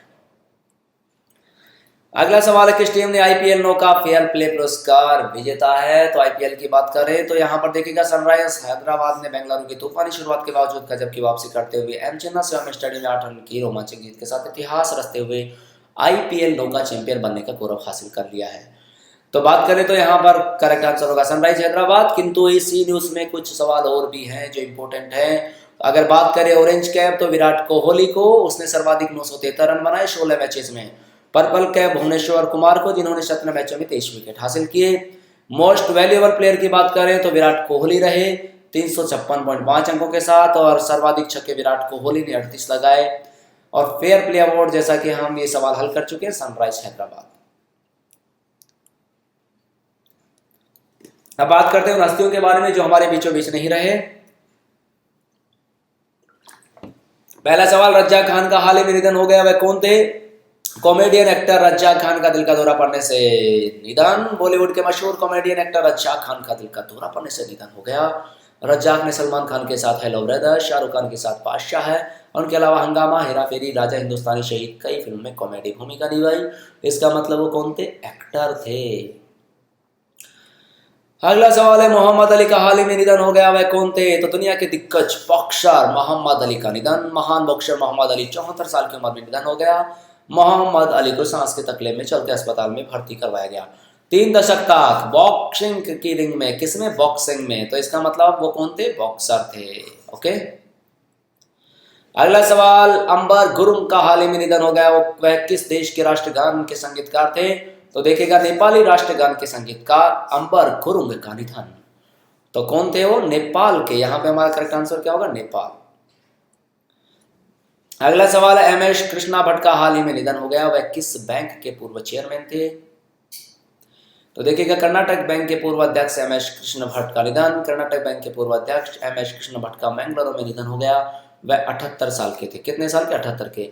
कृष्ण 1970 में बैंक में शामिल हो गए थे और 1989 में उन्हें महाप्रबंधक के पद पर पदोन्नत किया गया। तो कहाँ, कौन सा बैंक आ जाएगा? कर्नाटक बैंक हमारा करेक्ट आंसर आएगा। डोनाल्ड कार का हाल ही में निधन हो गया, वह किस देश के एक पूर्व क्रिकेटर थे? अर्थात उनका संबंध किससे था? क्रिकेट से था। इंग्लैंड के पूर्व क्रिकेटर कप्तान डोनाल्ड कार का निधन। इंग्लैंड के पूर्व क्रिकेट कप्तान डोनाल्ड कार का 89 वर्ष की उम्र में 12 जून को निधन हो गया। कार ने 2 बार इंग्लैंड के लिए क्रिकेट खेला। 1951 के भारत दौरे पर वह आखिरी बार मद्रास में खेले थे। तो यहां पर हमारा जो करेक्ट आंसर आ जाएगा वो इंग्लैंड होगा। अगला सवाल है, ईमेल के जनक रे टॉमलिंसन का निधन। ईमेल के जनक टॉमलिंसन का 14 साल की उम्र में निधन हो गया। कंप्यूटर इंजीनियर के तौर पर काम करते उन्होंने पहला मॉडर्न ईमेल भेजा। ईमेल एड्रेसेस का प्रमुख चिन्ह @ भी टॉमलिंसन की ही देन है। दीपक शोधन का हाल ही में निधन हो गया, वह कौन थे? अर्थात उनका संबंध किससे था? तो पूर्व टेस्ट क्रिकेटर दीपक शोधन का उनके जन्म स्थल अहमदाबाद के निवास में निधन हो गया। वह 87 वर्ष के थे। उन्होंने 43 प्रथम श्रेणी मैचों में 1802 रन बनाए थे, जिसमें 4 शतक और 7 अर्धशतक थे। तो उनका संबंध किससे था? क्रिकेट से। अब बात करते हैं प्रमुख पुस्तकों की जिनका हाल ही में विमोचन हुआ है। द अनसीन इंदिरा गांधी पुस्तक का क्या नाम है? द अनसीन इंदिरा गांधी नामक पुस्तक के लेखक कौन है? तो डॉक्टर के.बी. माथुर द्वारा लिखित द अनसीन इंदिरा गांधी का लोकार्पण। Doctor KB. माथुर द्वारा लिखित पुस्तक द अनसीन इंदिरा गांधी का मई 2016 में लोकार्पण किया गया। यह पुस्तक कोणार्क प्रकाशन द्वारा प्रकाशित की गई। किसके द्वारा? कोणार्क प्रकाशन के द्वारा। किंतु हमारा जो सवाल है वो पूछा गया लेखक के बारे में, तो डॉक्टर के.पी. माथुर हमारा करेक्ट आंसर होगा। Fixed case and corruption in cricket नामक पुस्तक के लेखक कौन है? बुक का नाम है फिक्स्ड केस एंड करप्शन। पत्रकार शांतनु गुहा की नई पुस्तक fixed and case and corruption cricket release हो गई। यह पुस्तक चटोरियों, खिलाड़ियों व खेल प्रशासकों पर लगे भ्रष्टाचार के आरोपों का अध्ययन करती है। तो यहाँ पर किसने लिखी? शांतनु गुहा ने लिखी। और इनका संबंध किससे है? ये पत्रकार है। पुस्तक Shashi Kapoor the house holder the star के लेखक कौन है? शशि कपूर की जीवनी का विमोचन, Shashi Kapoor the house holder the star शीर्षक वाले दिग्गज अभिनेता शशि कपूर की जीवनी फिल्म पत्रकार असीम छाबड़ा द्वारा लिखा गया। किसके द्वारा? असीम छाबड़ा द्वारा। तो हमारा करेक्ट आंसर क्या आ जाएगा? Aseem Chhabra. Gujarat files anatomy of a cover up नामक पुस्तक किसने लिखी है? राणा अयूब द्वारा लिखित Gujarat files anatomy of the cover up नामक पुस्तक को नई दिल्ली में लॉन्च किया गया। तो किसके द्वारा किया गया? राणा अयूब के द्वारा किया गया। और राणा अयूब क्या है? पत्रकार, पुस्तक पत्रकार राणा अयूब, जो अमेरिकी फिल्म संस्थान संरक्षक की फिल्म निर्माता हैं। देखिएगा, हाल ही में हमने इनमें बहुत सारी चर्चाएं की है, जो इंपॉर्टेंट क्वेश्चंस एग्जाम्स में पूछे गए थे, तो आपने इस बात का तो अंदाजा लगा ही लिया होगा और आपने देखा है, और आपको पता भी होगा कि किस तरह से हमारी जो करंट अफेयर्स आ रहे हैं, हमारे wifi-study.com द्वारा बनाया गया जो मटेरियल है वो स्टूडेंट्स के लिए कितना कारगर साबित हो रहा है उनकी सफलता के लिए। तो अगर जिन कैंडिडेट्स ने अभी तक हमारे चैनल को सब्सक्राइब नहीं किया है वो जल्दी से जल्दी सब्सक्राइब कर लें, मौका ना चूकें। और जिन्होंने सब्सक्राइब कर लिया ऑलरेडी उनका बहुत शुक्रिया था, उन्होंने देख लिया होगा और उनको अपना अच्छा रिजल्ट भी मिल गया है, तो उन सभी का शुक्रिया था। और अगर ये वीडियो आपको पसंद आता है तो इसे शेयर करना ना भूलें, ज़्यादा से ज़्यादा शेयर करें, अपने दोस्तों को भी बताएं और इसे लाइक करना भी ना भूलिएगा। ज़रूर लाइक करें अगर पसंद आता है तो। और हमें उम्मीद है कि आपके लिए बहुत ही कारगर साबित होगा, बेहद कारगर साबित होगा, आपकी सफलता में चार चांद लगा देगा ये। इन्हीं शुभकामनाओं के साथ आप सभी को वाईफाई स्टडी टीम की तरफ से thank you, all the best.